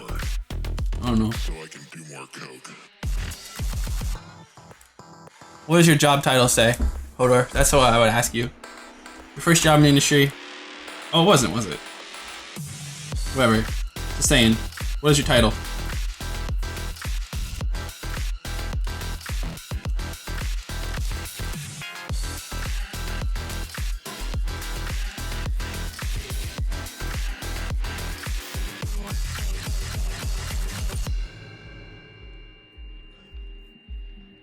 Dr. Sam John Timdan? Jeez. That's 4 first names. Oh my goodness gracious. Oh my goodness gracious.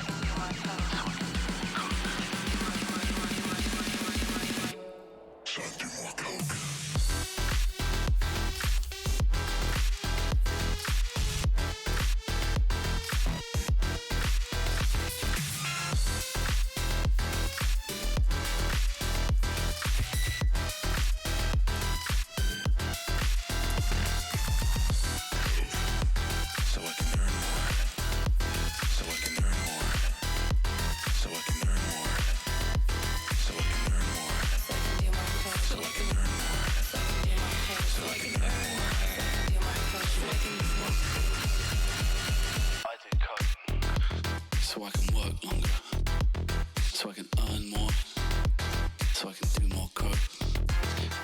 I do coke, so I can work longer, so I can earn more, so I can do more coke. Oh no. I just realized this isn't... Oh my god. Shit, that was not from my playlist. Spotify decided it was gonna go off the rails. So, uh-oh, VOD. Shit. It's just one song, I think, but... That sucks. No, Spotify did... listen, we finished my royalty-free playlist. Don't you have to get paid to get fired, Dennis? Ain't that how it works? Pretty good. That was easily the best song. Not a question.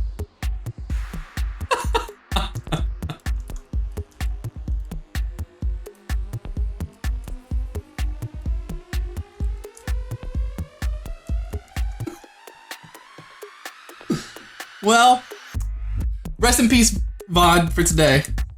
Sorry, Kyle. Oh my god.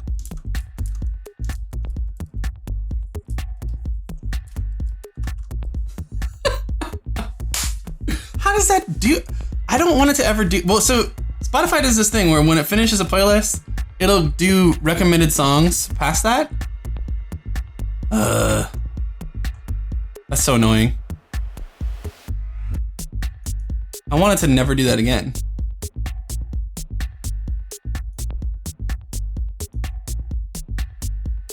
Stupid.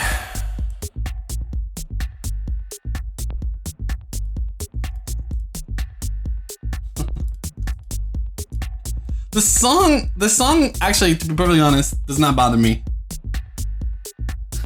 Timdan, it's not all that easy. You know, I actually put a lot of time into making a playlist that isn't the worst thing. If you listen to the first couple streams, the first couple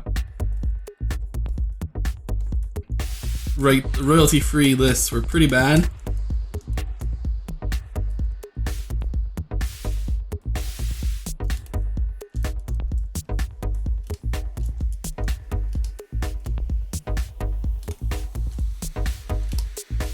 Turns out people don't have a lot of incentive to make good music that's royalty free on account of it's royalty free.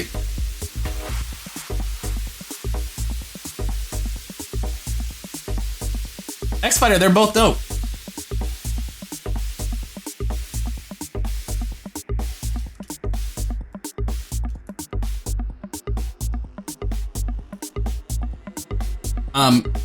Substance Painter is like not a question. I will use it for every project I ever do at this point. Substance Designer, I own as well. I just haven't really started using it. I opened it twice on stream so far. Oops.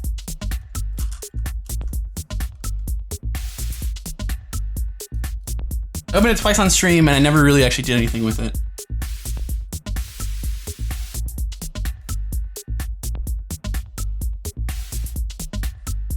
But it's definitely the case that I realize why it's good. Oh man, Joe, come on.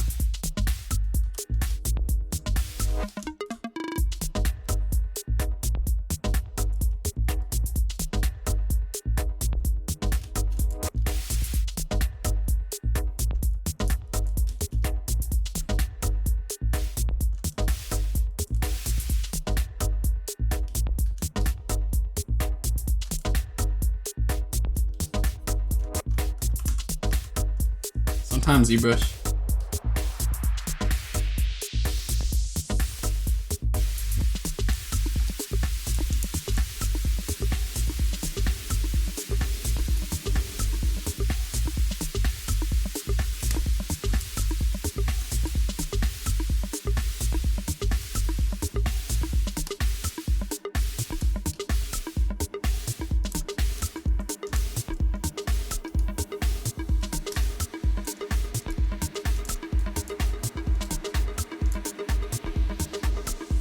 But worked on low profile relief? Nah, it's the same thing. You do the same stuff.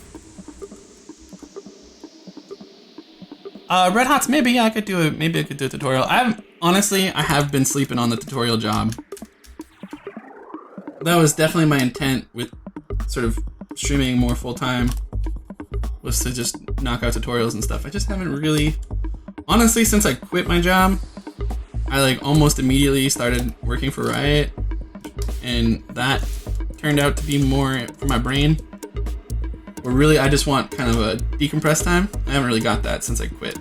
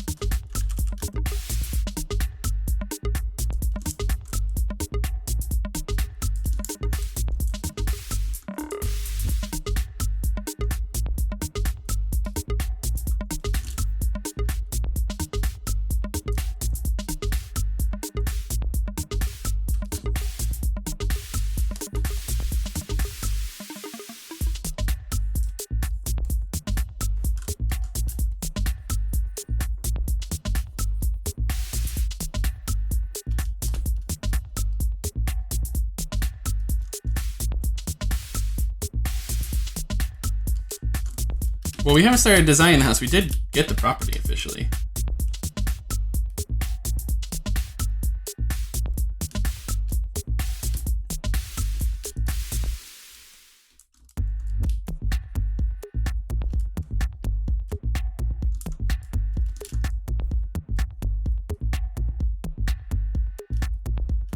I always love doing this.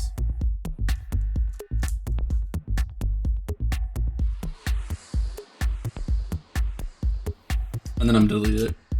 You're out of here.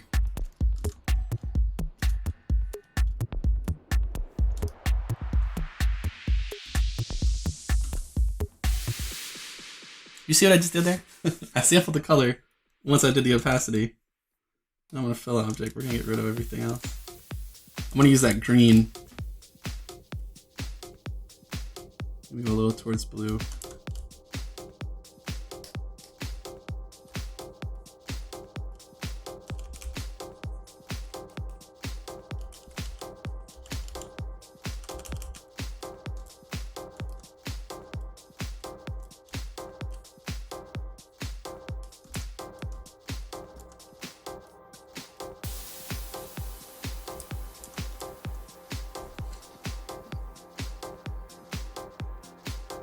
Nah, I'm doing some consulting, Swift. I'm not doing anything on Champions. Nah. Not a houseboy. We bought a property. We did not buy a house. We bought literally a plot of land. Ah!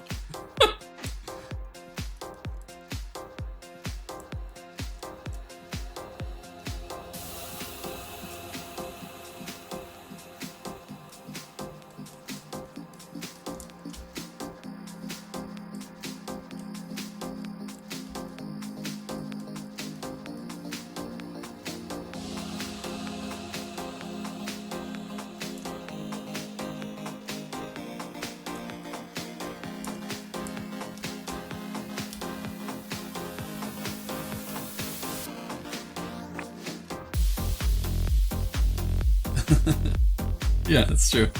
It's a steep slope.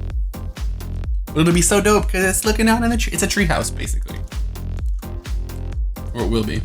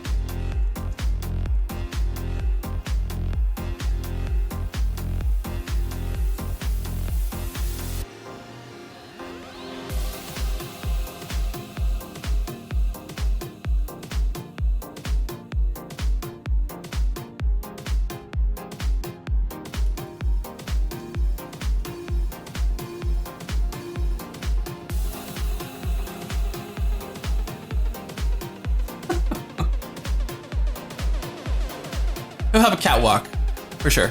Zero will definitely get a catwalk.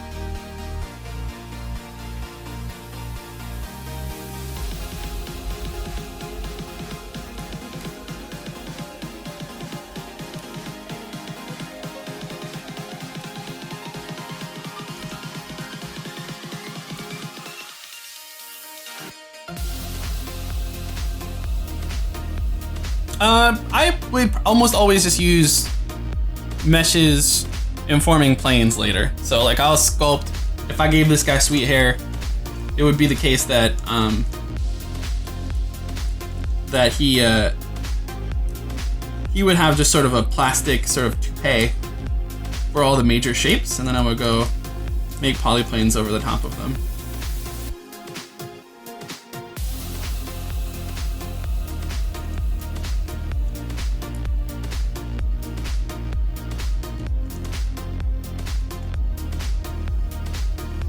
How about you guys? How do you like hair? I do not use fiber mesh, I'll be honest with you. I do not use fiber mesh for hair. I've seen some people do it. The problem with rendering actual hair for me has always been that just like pixel resolution in the games means that you have to do some shenanigans just getting like really high res pixel density, and it looks kind of ridiculous. With XGen, huh? Cool.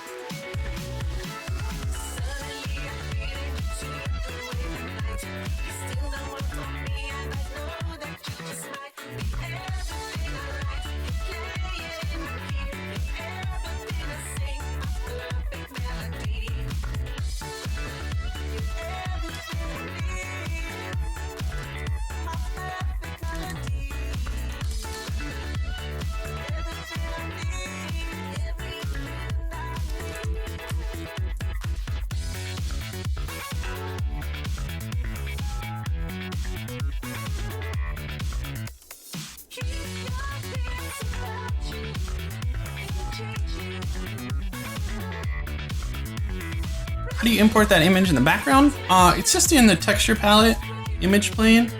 Just hit load image and grab an image.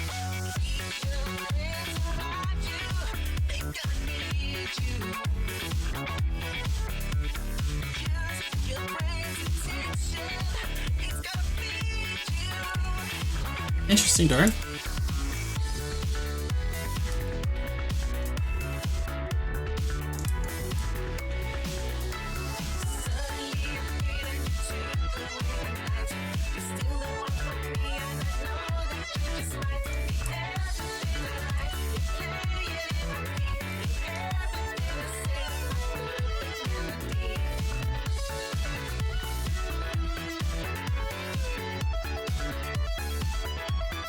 Let's dupe this.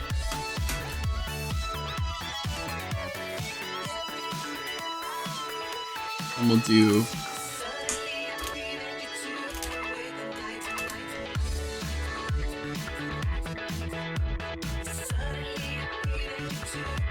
JC Ghost JC Ghost, making a little progress.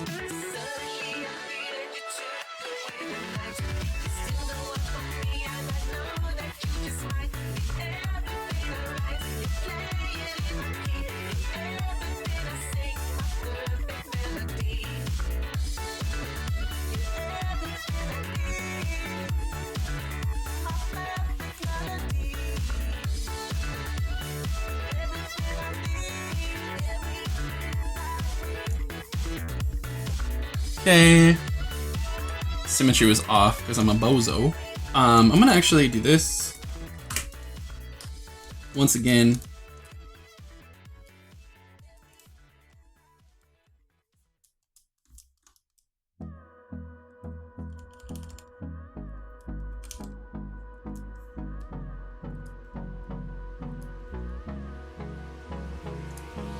Hold me close till I get up. Time is barely on our side. I don't wanna waste what's left. The storms we chase are leading us. Again, I'm just bullshitting my way through a retopo without retopoing. I'm gonna project all this detail in. We'll go through the wastelands, through the highways, till my shadow turns to sun rays. And on we'll go through the wastelands, through the highways, and on we'll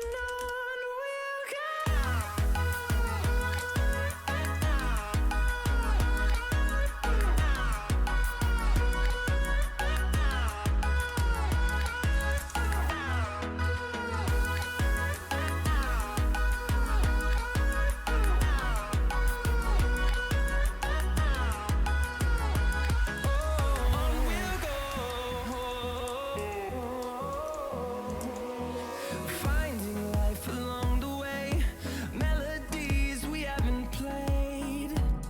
I'll be right back.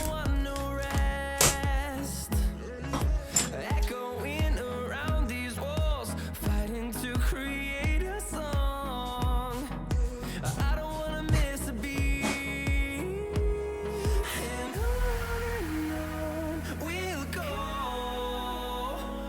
through the wastelands, through the highways, till my shadow turns to sun rays.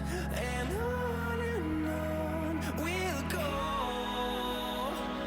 through the wastelands, through the highways, and on we'll go.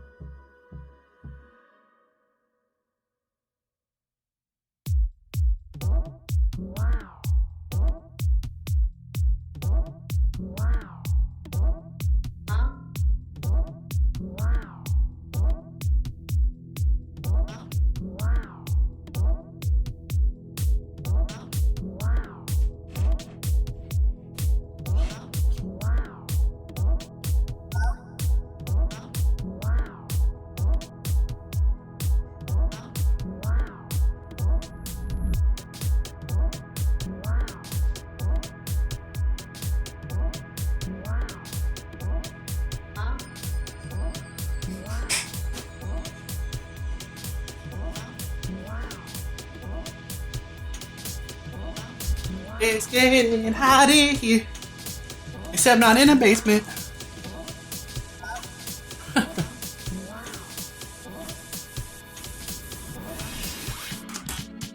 Wait, Hodor, do you mean Smart Resim?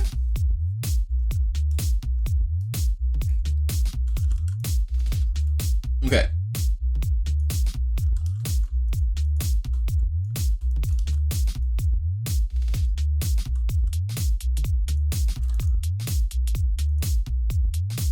So I'm gonna bring the other one in. So we got a new topo, right? That is, once again, a little bit cleaner, a little bit closer. Smart Resim always crashes your computer? What? Are you serious? Oh my god. That's interesting. So I'm just gonna project all on this new model. Oh no! Undo. Remember, this was not symmetrical.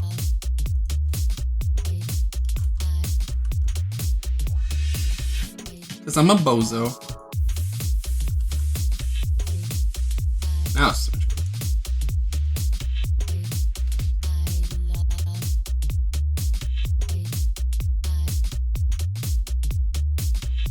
If you become immortal, would you still be doing what you're doing? No, man, I would do a lot of cool shit. I'd still make stuff. But it would be more in the form of you know, dynamite sculpting of mountains. Something crazy like that. I still find ways to be creative, but it would be more dangerous creativity.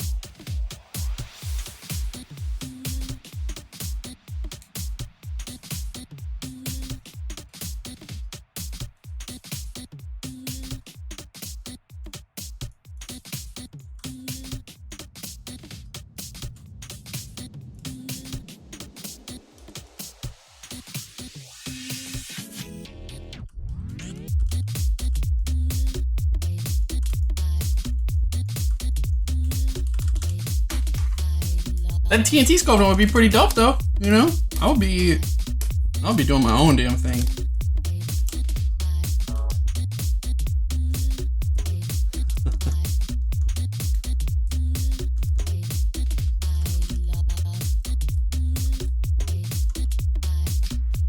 I'd inspire kids to risk life and limb for art. Except it would be kind of a dick move since I wouldn't be able to get killed by it. Is everybody immortal in this conversation? Seagull?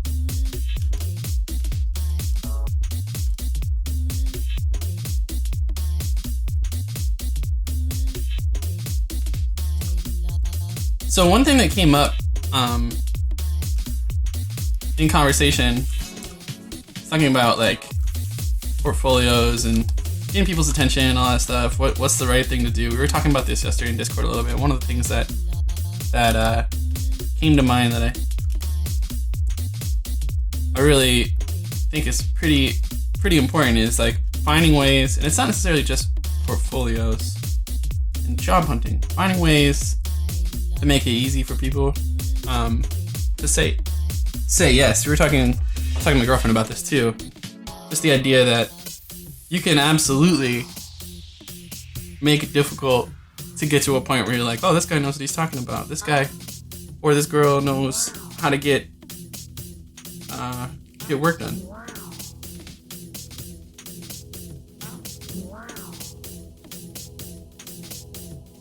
One second.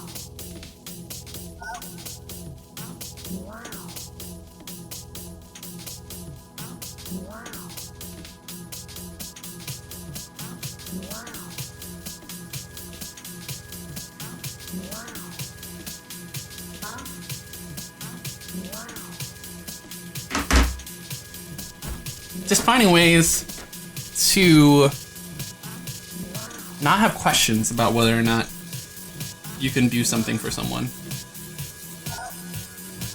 And it's interesting because that's been kind of, I guess, consulting. It's a different world. It's a different conversation about what you need to be doing, who is actually your audience. Actually not the final result. It's the audience is the person that you're working for.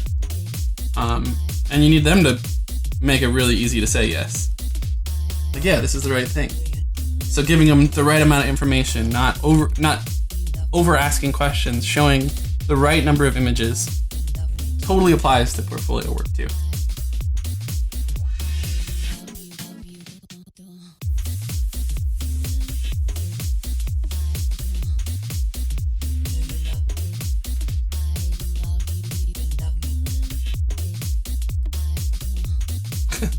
What? Oh my goodness.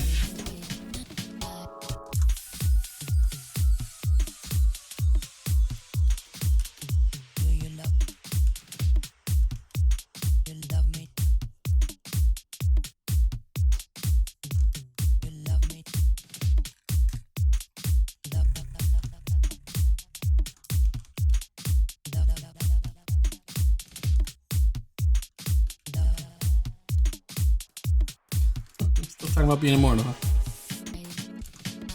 huh? Y'all some crazy people today. I like it.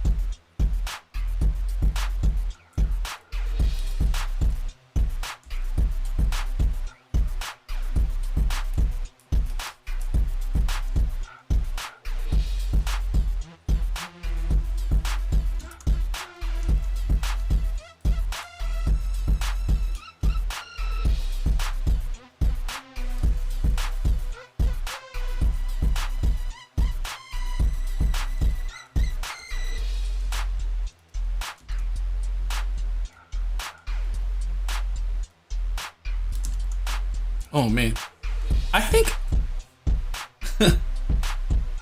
no more. That's where you gotta just take your headphones off and put them on someone else.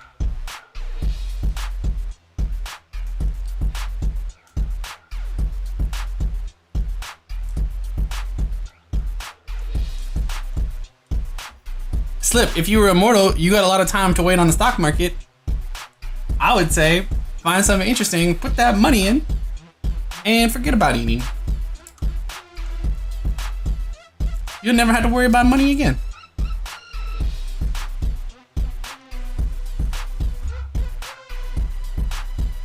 If I'm honest, Dark Ingram, show reels were always ridiculous. Never thought they were good. Never made one myself. Even when people were telling me to make a demo reel, and that was technically what you were supposed to do to submit things, I wouldn't do one.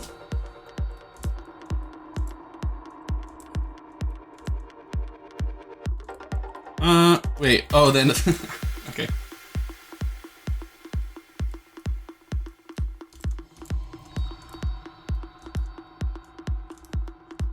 Live off Rebel. Man, you just have a dribble heart all day.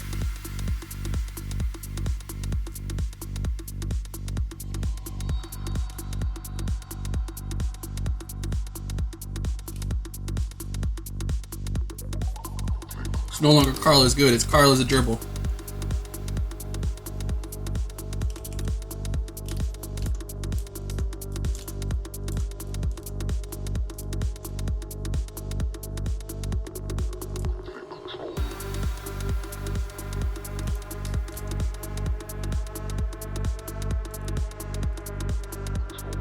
Hey, you're off the money. Okay, I got it. My mistake, Carl.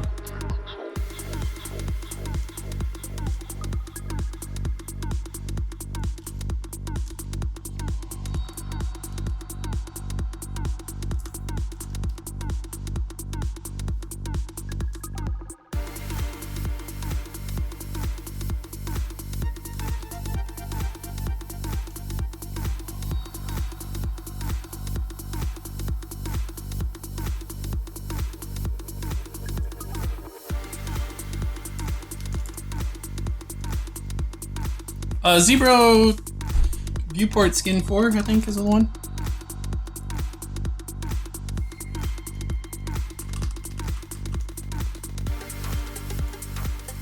Stepping down to my low res, gonna pull a little bit more material out, get that brow to pop out. I'm actually also gonna pull the eye out a little bit in silhouette, but separately. I want to square up that corner a little bit.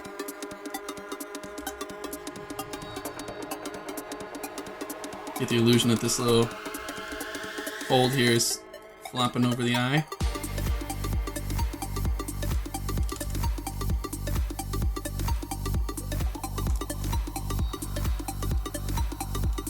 Put a little fat up there.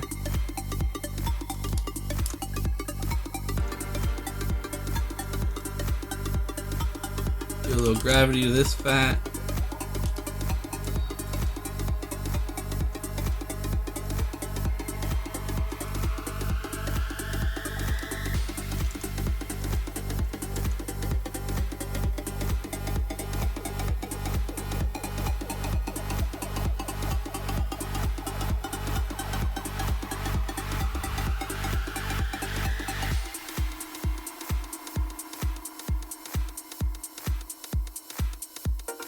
Yeah, slip. I mean, forever. I mean, there just isn't really a reason to make another one. Also, even though, like, so I've made similar ones. You really want his nose to be shaped differently this time? Okay. Well, I'm gonna actually try and bring a little plane into the side here. Let me do that first. And then tell me what you think about it. What should we change, Culture?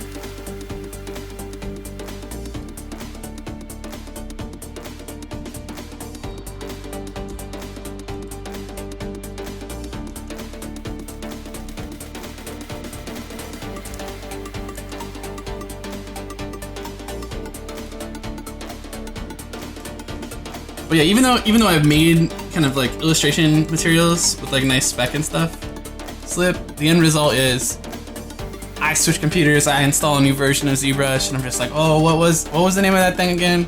Where did I put it? Oh, I'll just Google ZBrush.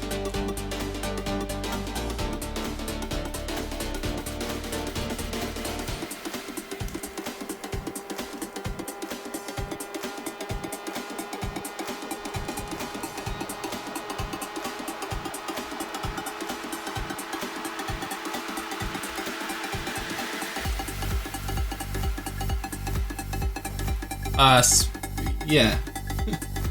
Alright, that's the last time I'm telling you, Swift. It's on screen right now. Take a screenshot. Alt print screen. Let's go. Let's go, Swift. Come on, man. You're killing me, Smalls. It wasn't even that like 6 different people asked. Swift, you asked me like 5 times.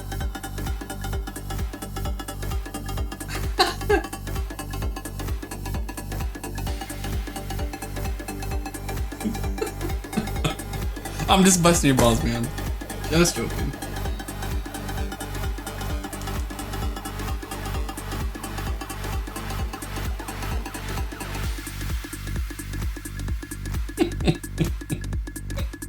Did you screenshot it?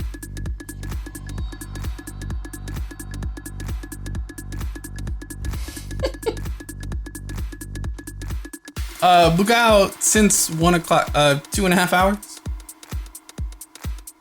Okay, so let's be real. It was more like 1:12 because my cat broke out of the house. Just bailed.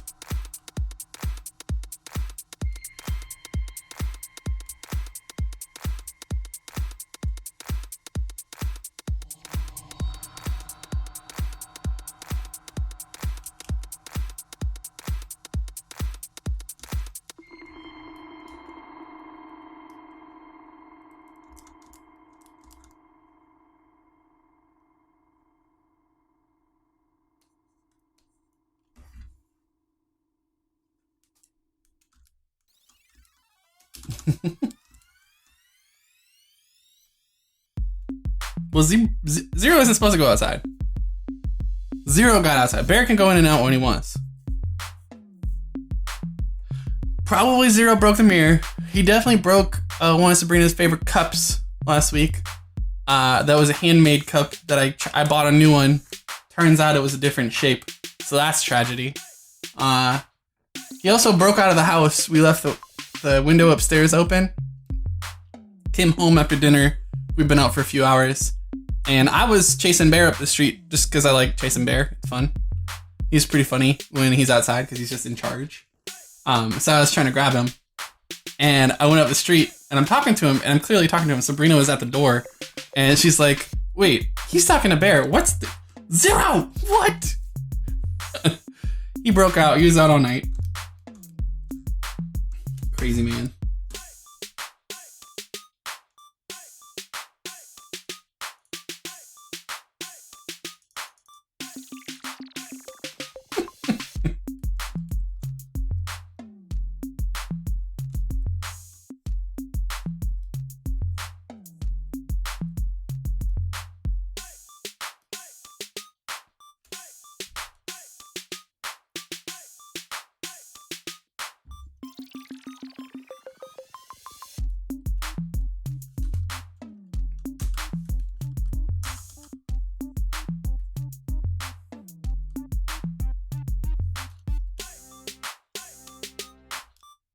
Sticky bounce, sticky bounce, bounce. Bounce, sticky bounce, sticky bounce, bounce. Bounce, sticky bounce, sticky bounce, bounce. I'm trying to read what Vin was doing here. This silhouette is trashed here, so let's figure it out. In, out. So here is out again. Somewhere around here.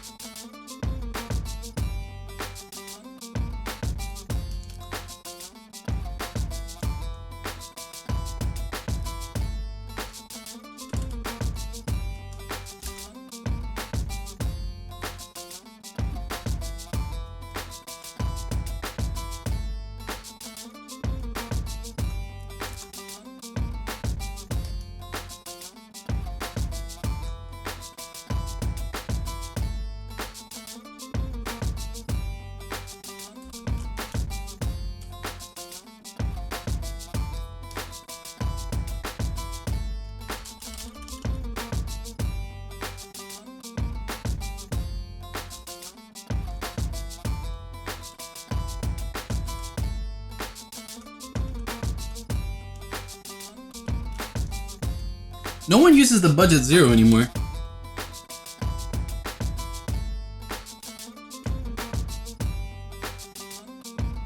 So sad.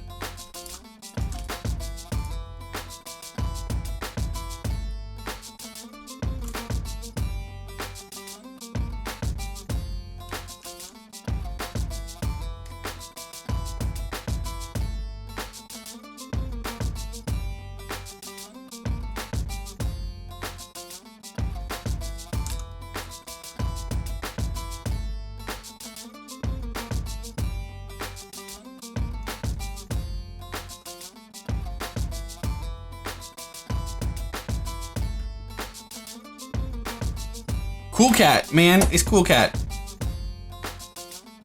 But they're both good. Alright. Later, Seagull.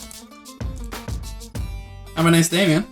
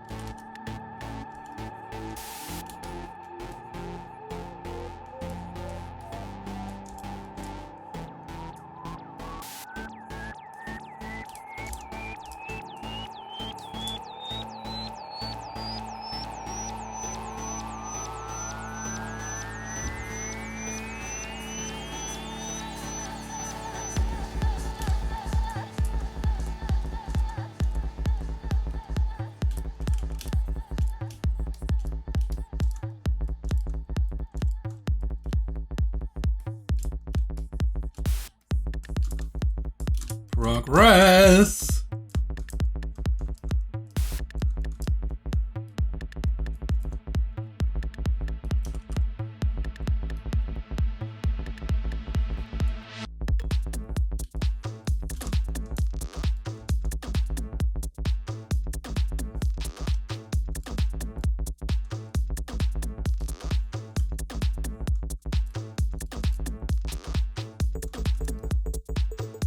What's up, Gilmoa?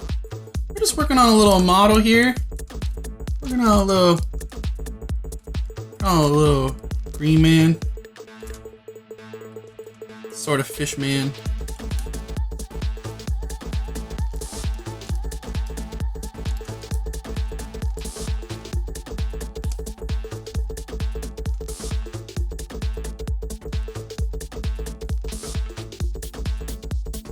A man. That's one of my favorite bands. Mr. Burns is an alien? Okay. I thought maybe that one guy, Squidward, I never watched SpongeBob, but I just know there's a guy with the... Oh wait, no, he's got tentacle legs, right? He's more like this.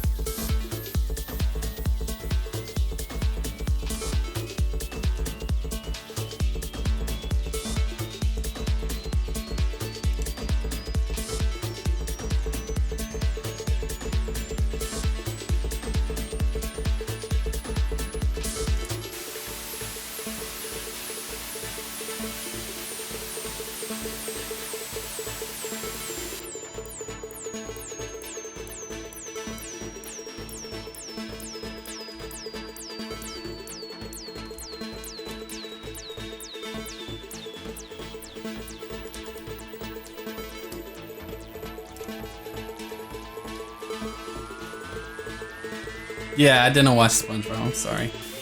Squidward.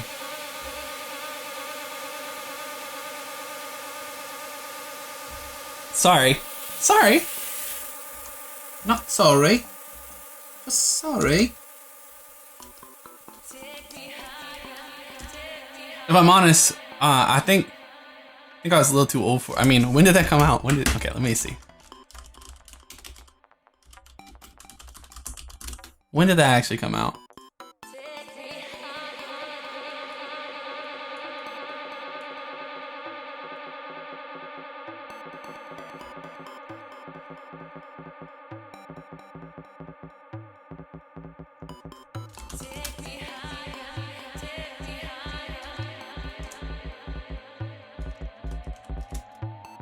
Yeah, I was 18 when that came out.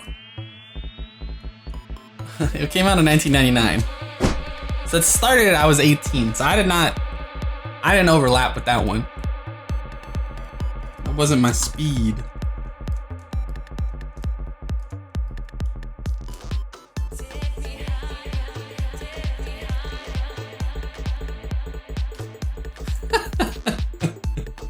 No, I'm just old Hodor. Let's be honest about it. Let's call a spade a spade.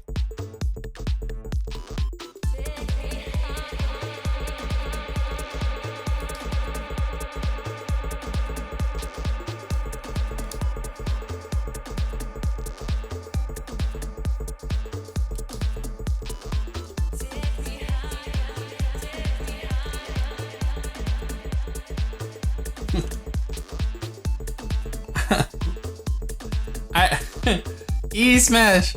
I've almost been making games. Look, I think I've been making games for 15 years. So,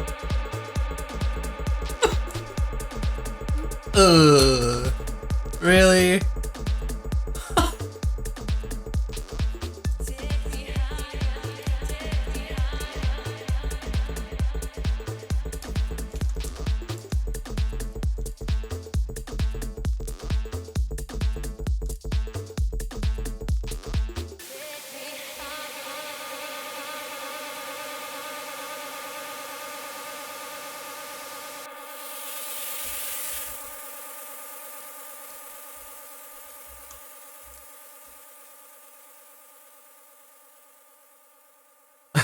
Telerak, it's a Canon 6D is my camera.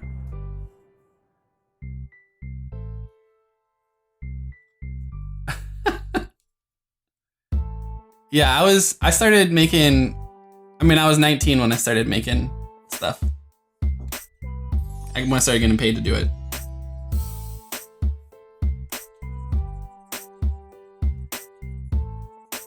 To be fair, I was just doing contract work at that time, but I was still doing contract work.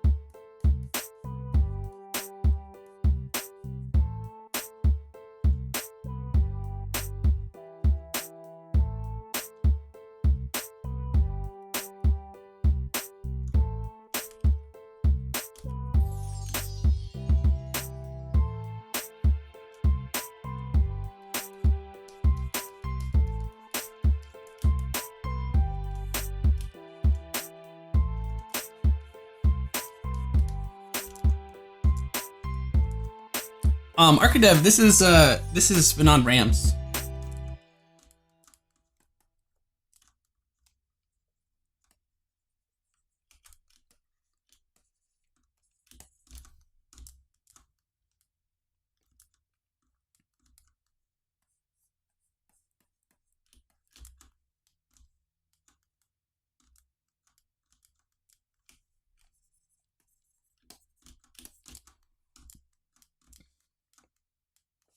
Yeah, he's fucking rad. I mean, honestly, Vin's got one of the coolest, like, meaty styles.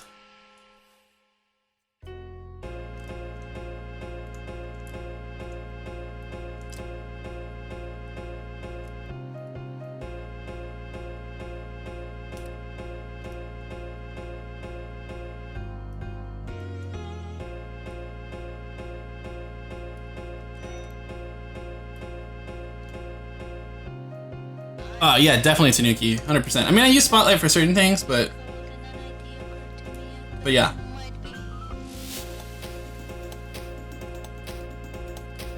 I mean, you'll see only once in a while, am I gonna go pop it back to that frame and look at it?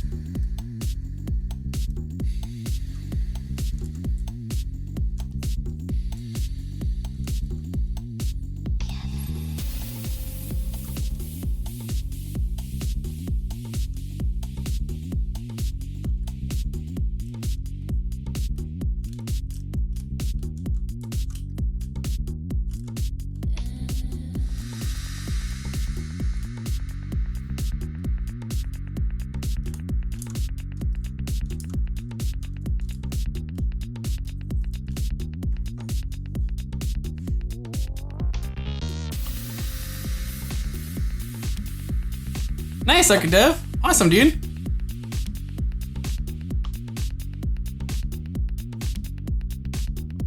Jumping into ZBrush Core. All right. Awesome, dude. That's great. Do it. All right, let's figure out this ear, because I haven't really given that the attention it deserves.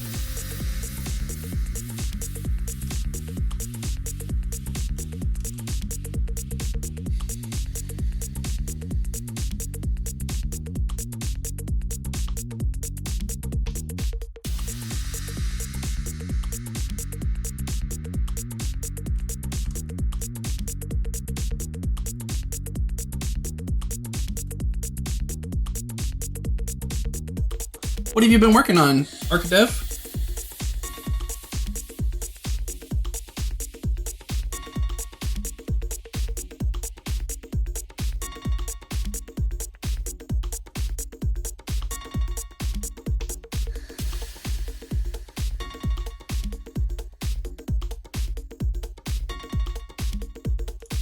I like the colors. Kind of like punch me in my face. Lucky's Tale, okay. Super Monkey Star, I don't know what that is, but Lucky's Tale, I played that. Cool. I played this. Oh, I like your lines. It's cool. Nice, clean.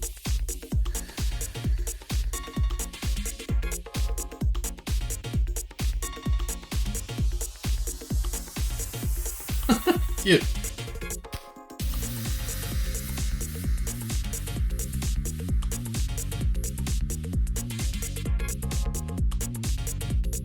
That's pretty cool, dude. Ah, too much movement. This guy's getting into the song right now. This one too. This one's they're all getting it.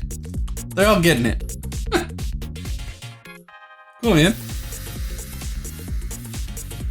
Do you ever use planes under the draw menu for putting in? No, I do not use that at all. I do not use that at all. I really only ever use this image plane from texture, the reference view. And occasionally I'll use Spotlight, but usually I'm using Spotlight to project on a detail. Like sometimes when I'm roughing things in, like I'll do something like this.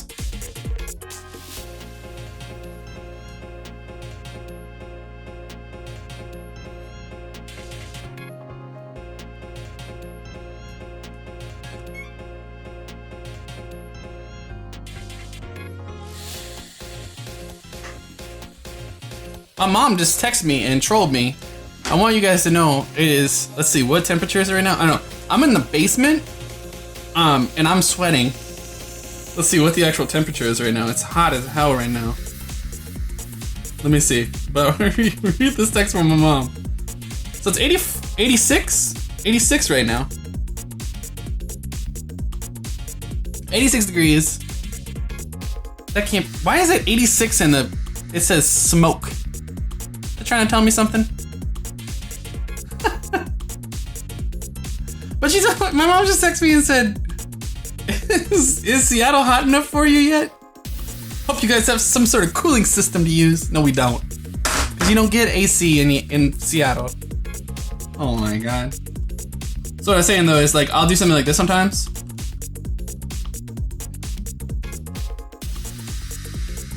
And I'll just project in.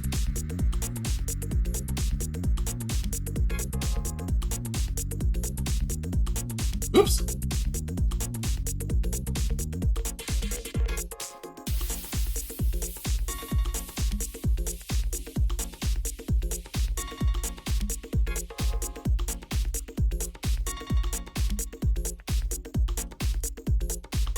Projecting the detail? Not right now, because I've already gone far enough with it. Oh, there's forest fires. I haven't even been outside. I've been in the fucking basement. Honestly, I've been down here with you guys. And then I was working in the basement also before that, so.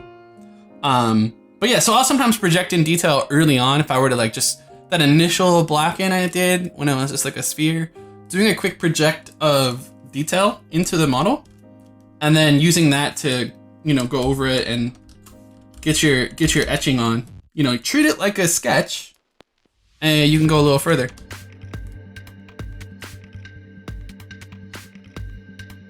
Okay. Shit. Where are the forest fires?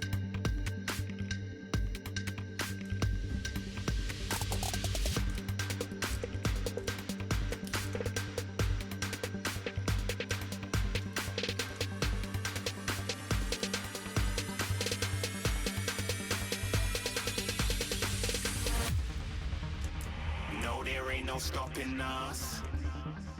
Fly without boarding pass. Couldn't catch me, I be moving fast. Call me a shooting star. Let 'em know who you are. Flying up in a bar. Joanne, perfect. Perfect. Time to show 'em who's in charge. That's crazy. Shooting star.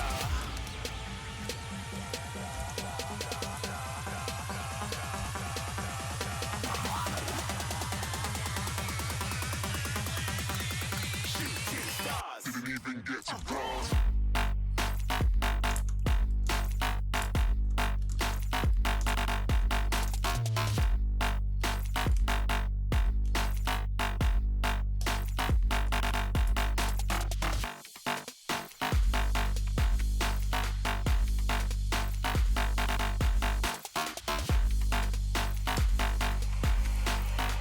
I said I'm moving too far.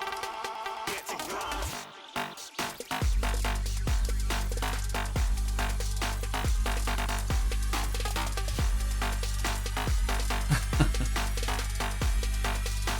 Okay, well, I'm glad it at least gave you some insight, Looking at a shooting star. ArcDev. More than a couple of people going mad, I swear they're rooting hard. Tell them I'd be big in the game like she went and got them breast implants. I said I'm moving too fast, didn't even get to glance. I'm ready to eat up track like I'm seated in a restaurant. If you had swag like mine,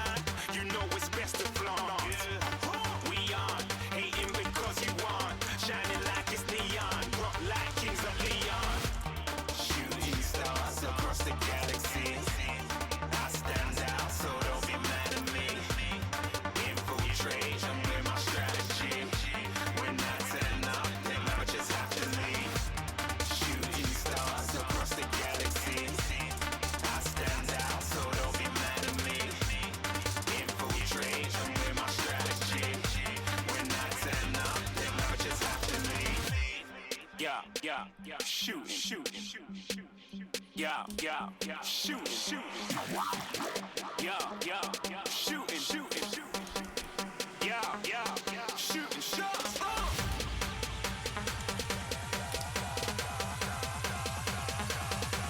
Shooting stars, shooting stars, shooting stars, shooting stars. Didn't even get to cross.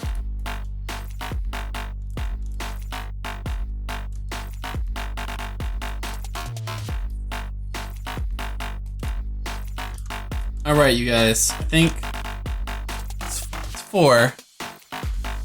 You're Tim Dan. Peace. Have a nice day. It's 4 o'clock. I want to go work on that cloud stripe that we were doing the other day for a little bit. I started this chibi cloud that Mike Furman had drawn. So I'm gonna move over to my, Team Mellum Setter. Sorry, I don't have that set up in here. I don't have my bot, so it's called Shooting Stars by Aerocord. But I'm gonna bounce. I'll see you guys next week. We talked about a wide range of things today, but I think probably what I'm gonna do is put this little guy on hold, and I'll start trying to style it. We'll do a few different iterations on it next week. The thing that I meant to get through, we did not get through.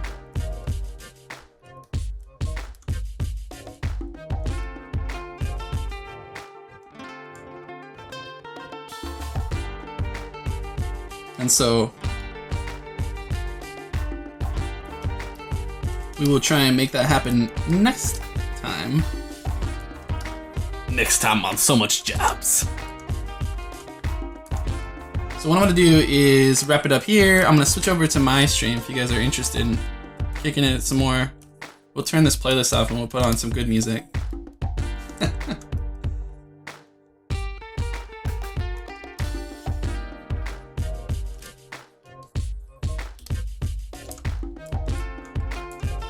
And we'll go do some more fun stuff.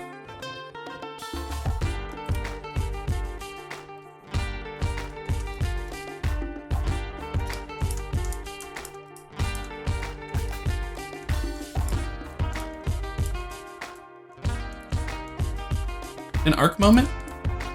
What's I'm out.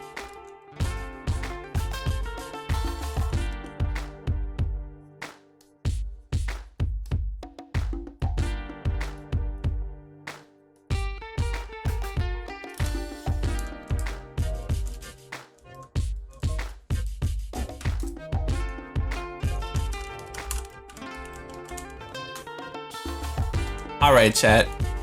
If you guys are interested, I'll be over there in a second. Until next week. Oh, probably not. Oh, are you asking if I'm gonna mod arc stuff today? I don't think I was going to.